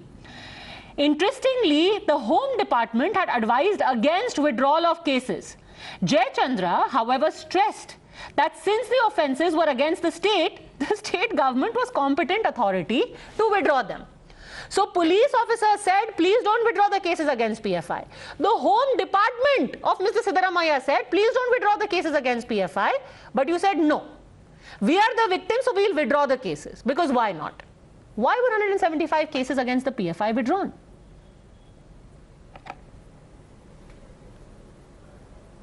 Well, these 175 people that you are discussing out here, I am not aware of the fact that 175 people under what grounds they have been released or the cases have been withdrawn. But each and every state government in its own state has got a policy. We have seen how Alpha cadres, the secessionist forces, were granted pardon by the Assam government. Sir, I am telling you, this is different. Given freedom. Here the Home Department of the government. Under the amnesty schemes. Sir, hold on a second. So in Kashmir also we have seen amnesty scheme coming up. Sir, when this is not amnesty. This is not amnesty. You are comparing apples and oranges. Why we are discussing, because the merit of this discussion. I will tell you why we are discussing. Because here's how a hydra-headed monster grows. If the scheme was it starts why are as you a small discussing it animal. after 7 years? It starts as a what bacteria. Was the government doing? What was then the BJP government doing a so bigger long? Fungus. Then it becomes a full-blown infection, and now it is a cancer. So had you stamped out this disease when it was a little virus, it wouldn't have become a cancer. But in 2015, which is 7 years ago, the Congress government in Karnataka, contrary to what their own police officers said, let me quote to you from the report again. Some police officers expressed displeasure over the decision to withdraw cases against PFI and KFD activists. A host of senior officers, including those who are retired, described the decision as unfortunate and said it would have far-reaching consequences. And these officers could not have been more prescient, sir, because 7 years later, we see the far-reaching consequences. So somebody will have to answer, why were those cases withdrawn in the face of opposition by your own government officials?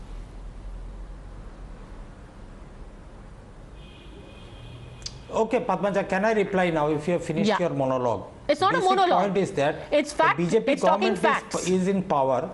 Now if... No, selective facts you can quote. It's your channel. You have got the mic in your hand. You can quote selective facts. Okay. But then you discussed about Bilkis Banu's rapist getting parole from the jail. That also we discussed on this panel also one day. So this is a cases of state governments granting amnesty schemes to various groups of individuals, various political prisoners. But in this particular case, if PFI is involved in anti-national activities, what was the BJP government doing for the last 8 years? Okay. Why did not they ban PFI so long? Why did they let the PFI radicalize the Indian youth, maybe because the of Indian Muslim youth for so long? Okay, Rahul This is Ishwar, a answer plain that. case Rahul Ishwar, of answer that, and then on the majority legal appeasement right now aspect because that you are elections dredging are up of due. amnesty, No, Bikram let me Singh ji finish, will let me have a finish, few let me replies to finish. give. But Rahul Ishwar, answer first. Why wait for 8 years and let the PFI radicalize Muslim youth? Once we are banning PFI because of its radicalism on two pretexts. Two answers. One, any organization against them activities and the evidence, for any organizations to be banned or any action to be taken, it takes years of painstaking research, evidence collection, because this had to stand in tribunal and a court of law. And Popular Front has been convicted by courts many a times, including the chopping of hands of Professor T.J. Joseph, killing of Comrade Abhimanyu, and so many other things. That's the reason why civil society, including Muslim organizations, have been arguing for some kind of action on PFI, including ban. And it is good that Indian government has listened to it. Maybe they could have done it earlier. I don't think anybody will disagree with it. But foolproof case has to be taken. Now tribunal is there. There are various case mechanisms. Let them fight in court. And please remember, the whole victimism angle is counterproductive. This victimism argument is self-defeating. Because we have great many Muslim organizations in India who are doing some amazing work and who are being very cooperative with each other. And last point, please stop equating RSS with Popular Front of India. RSS even this week has been initiating Muslim outreach programs, reaching out to mosques, reaching out to madrasas. And sir, just one more point, just one more submission. Yes, there are crazy crackpot people in every community. I remember sitting in Times Now, sitting for a discussion against the release of Bilkis Banu's rapist. Yes, there are absolutely. people like Yeti Narasimhan. No, and listen. If there is a wrong done somewhere, in the case of a crime, that in no way excuses a wrong done elsewhere in the case of a terror attack. That being said, purely on legal grounds, Bikram Singh ji, what do you make of the comparison that, see, Bilkis Banu's rapists were also given parole? So these 175 PFI men were also let off. Padmaja, there is his logical fallacy. I mean, there should be some system of logic. We will discuss Bilkis Banu case when we are discussing Bilkis Banu case. But in this, let me tell you that if a case has to be withdrawn, there are certain reasons, and it is in the interest of public good. At public good, that cases are withdrawn. And there are three people who are complicit in this: the prosecutor, the court concerned, and the state government. And this is in public interest that this case are being withdrawn. So what public interest was served in withdrawing the cases of 175 India's most wanted? Obviously, vote bank politics at its worst, Padmaja ji, nothing else. Since there are no cogent and logical answers, we go to Bilkis Banu, we go to RSS, we go to here, we go to there, going round and round in circles without coming to the point. That is what the reason is. If you are asking a question, there should be cogent and logical answers to that. And insert. Why were Bikram Singh ji, you were the we will have a separate show. Let Padmaja decide, and we will discuss Yogi Adityanath. We will discuss Yogi Adityanath when Padmaja allows me to. No, when there are cases, when we have Padmaja allowing us, we will discuss Yogi Adityanath ji, and when Akhilesh Yadav withdrew the cases against terrorists. Mr. Chaudhary, since you have no answer to withdrawal of cases of 175, you go to Adityanath, you go to Bilkis, and you go here and you there without coming to the point. Good sanity from you in a balanced debate. That too in a Padmaja show, we expect. I would expect an honest answer from you, Mr. Chaudhary, with your seniority. With your seniority, your experience, Mr. Chaudhary, give me a logical reason why these cases are withdrawn. I'll request Padmaja to keep another show for Yogi Adityanath ji, but this show is not about Yogi Adityanath ji. This show is about the withdrawal of cases of 175 PFI accused, India's most wanted. And that being Mr. said, Chaudhary, since you brought up that case, let me also tell you that the same government in Karnataka, Kamar Zaman Chaudhary, also withdrew many cases against its own people, which were because of political agitation. That is not being questioned. What is being questioned is that there is a radical outfit which 7 years ago was given a free pass, and we are seeing the results now. And before I conclude, let me read out to you again from another part of a report which quoted state intelligence wing officers of that time saying that there is enough evidence at hand to establish that both the PFI and the KFD are hard hardcore fundamentalists. So to withdraw cases against political adversaries is one thing, but to let hardcore fundamentalists free because it is politically expedient for you is quite another. Answers will eventually be sought by the people. Here are the facts. Thanks very much, all gentlemen, for joining me. Thanks for watching.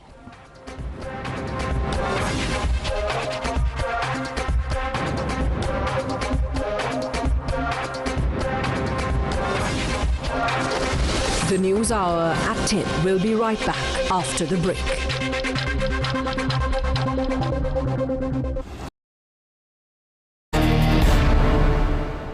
आपको सब film star ही चाहिए मथुरा में। नहीं हेमा मालिनी कन्हैया जी ने भक्त Zanjan जी राधे राधे कल राखी सावंत का देंगे ऑल्सो बिकम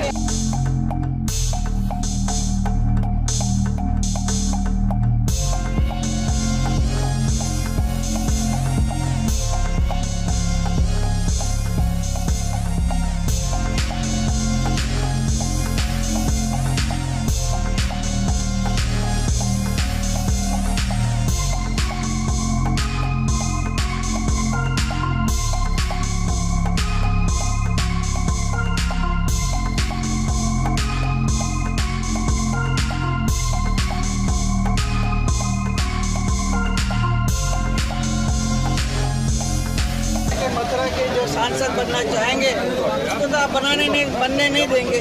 आप दिमाग में सबको ऐसा डाल के रखेंगे फिल्म स्टार ही बनेगा। आपको सब फिल्म स्टार ही चाहिए मथुरा में।